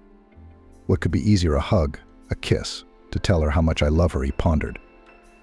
On Nayli's advice, he even bought a ring, even though he thought it was foolish. Stacey thought it was impossible to step into the same river twice. She was already happy with Alex and wouldn't be able to love like that again. But love has to be different. With the experience of troubles and mistakes, she decided. Millie's friend is right, Stacey does have luck with men. Fate has kept her from making mistakes. They say fate doesn't choose, but gives you a chance not to make mistakes. I didn't make a mistake with Alex and I won't forget him. Just as Kieran will never forget his wife. We have similar destinies. One grief for both of us. Then happiness must be shared, Stacey thought. She hoped that if Kieran didn't dare to speak, their shared happiness might not happen. Come on, Kieran, say something, she mentally pleaded. Kieran didn't say anything. Kieran did. He hugged Stacey, kissed her, and pulled a ring box from his pocket. Stacey, will you marry me? He asked. Stacey was confused. There was such a look of bewilderment on her face that Kieran laughed. That's exactly the reaction I was expecting, he said. That's what Nayli said. What Nayli before Pushkin said that. You'll say no, but you'll think about it. Or will you not refuse? I know it's foolish to hope you'll say yes right away. But you'll take the ring. You'll look at it and think of me. Stacey smiled enigmatically and pressed herself tighter against Kieran. She thought to herself that she was already thinking about him.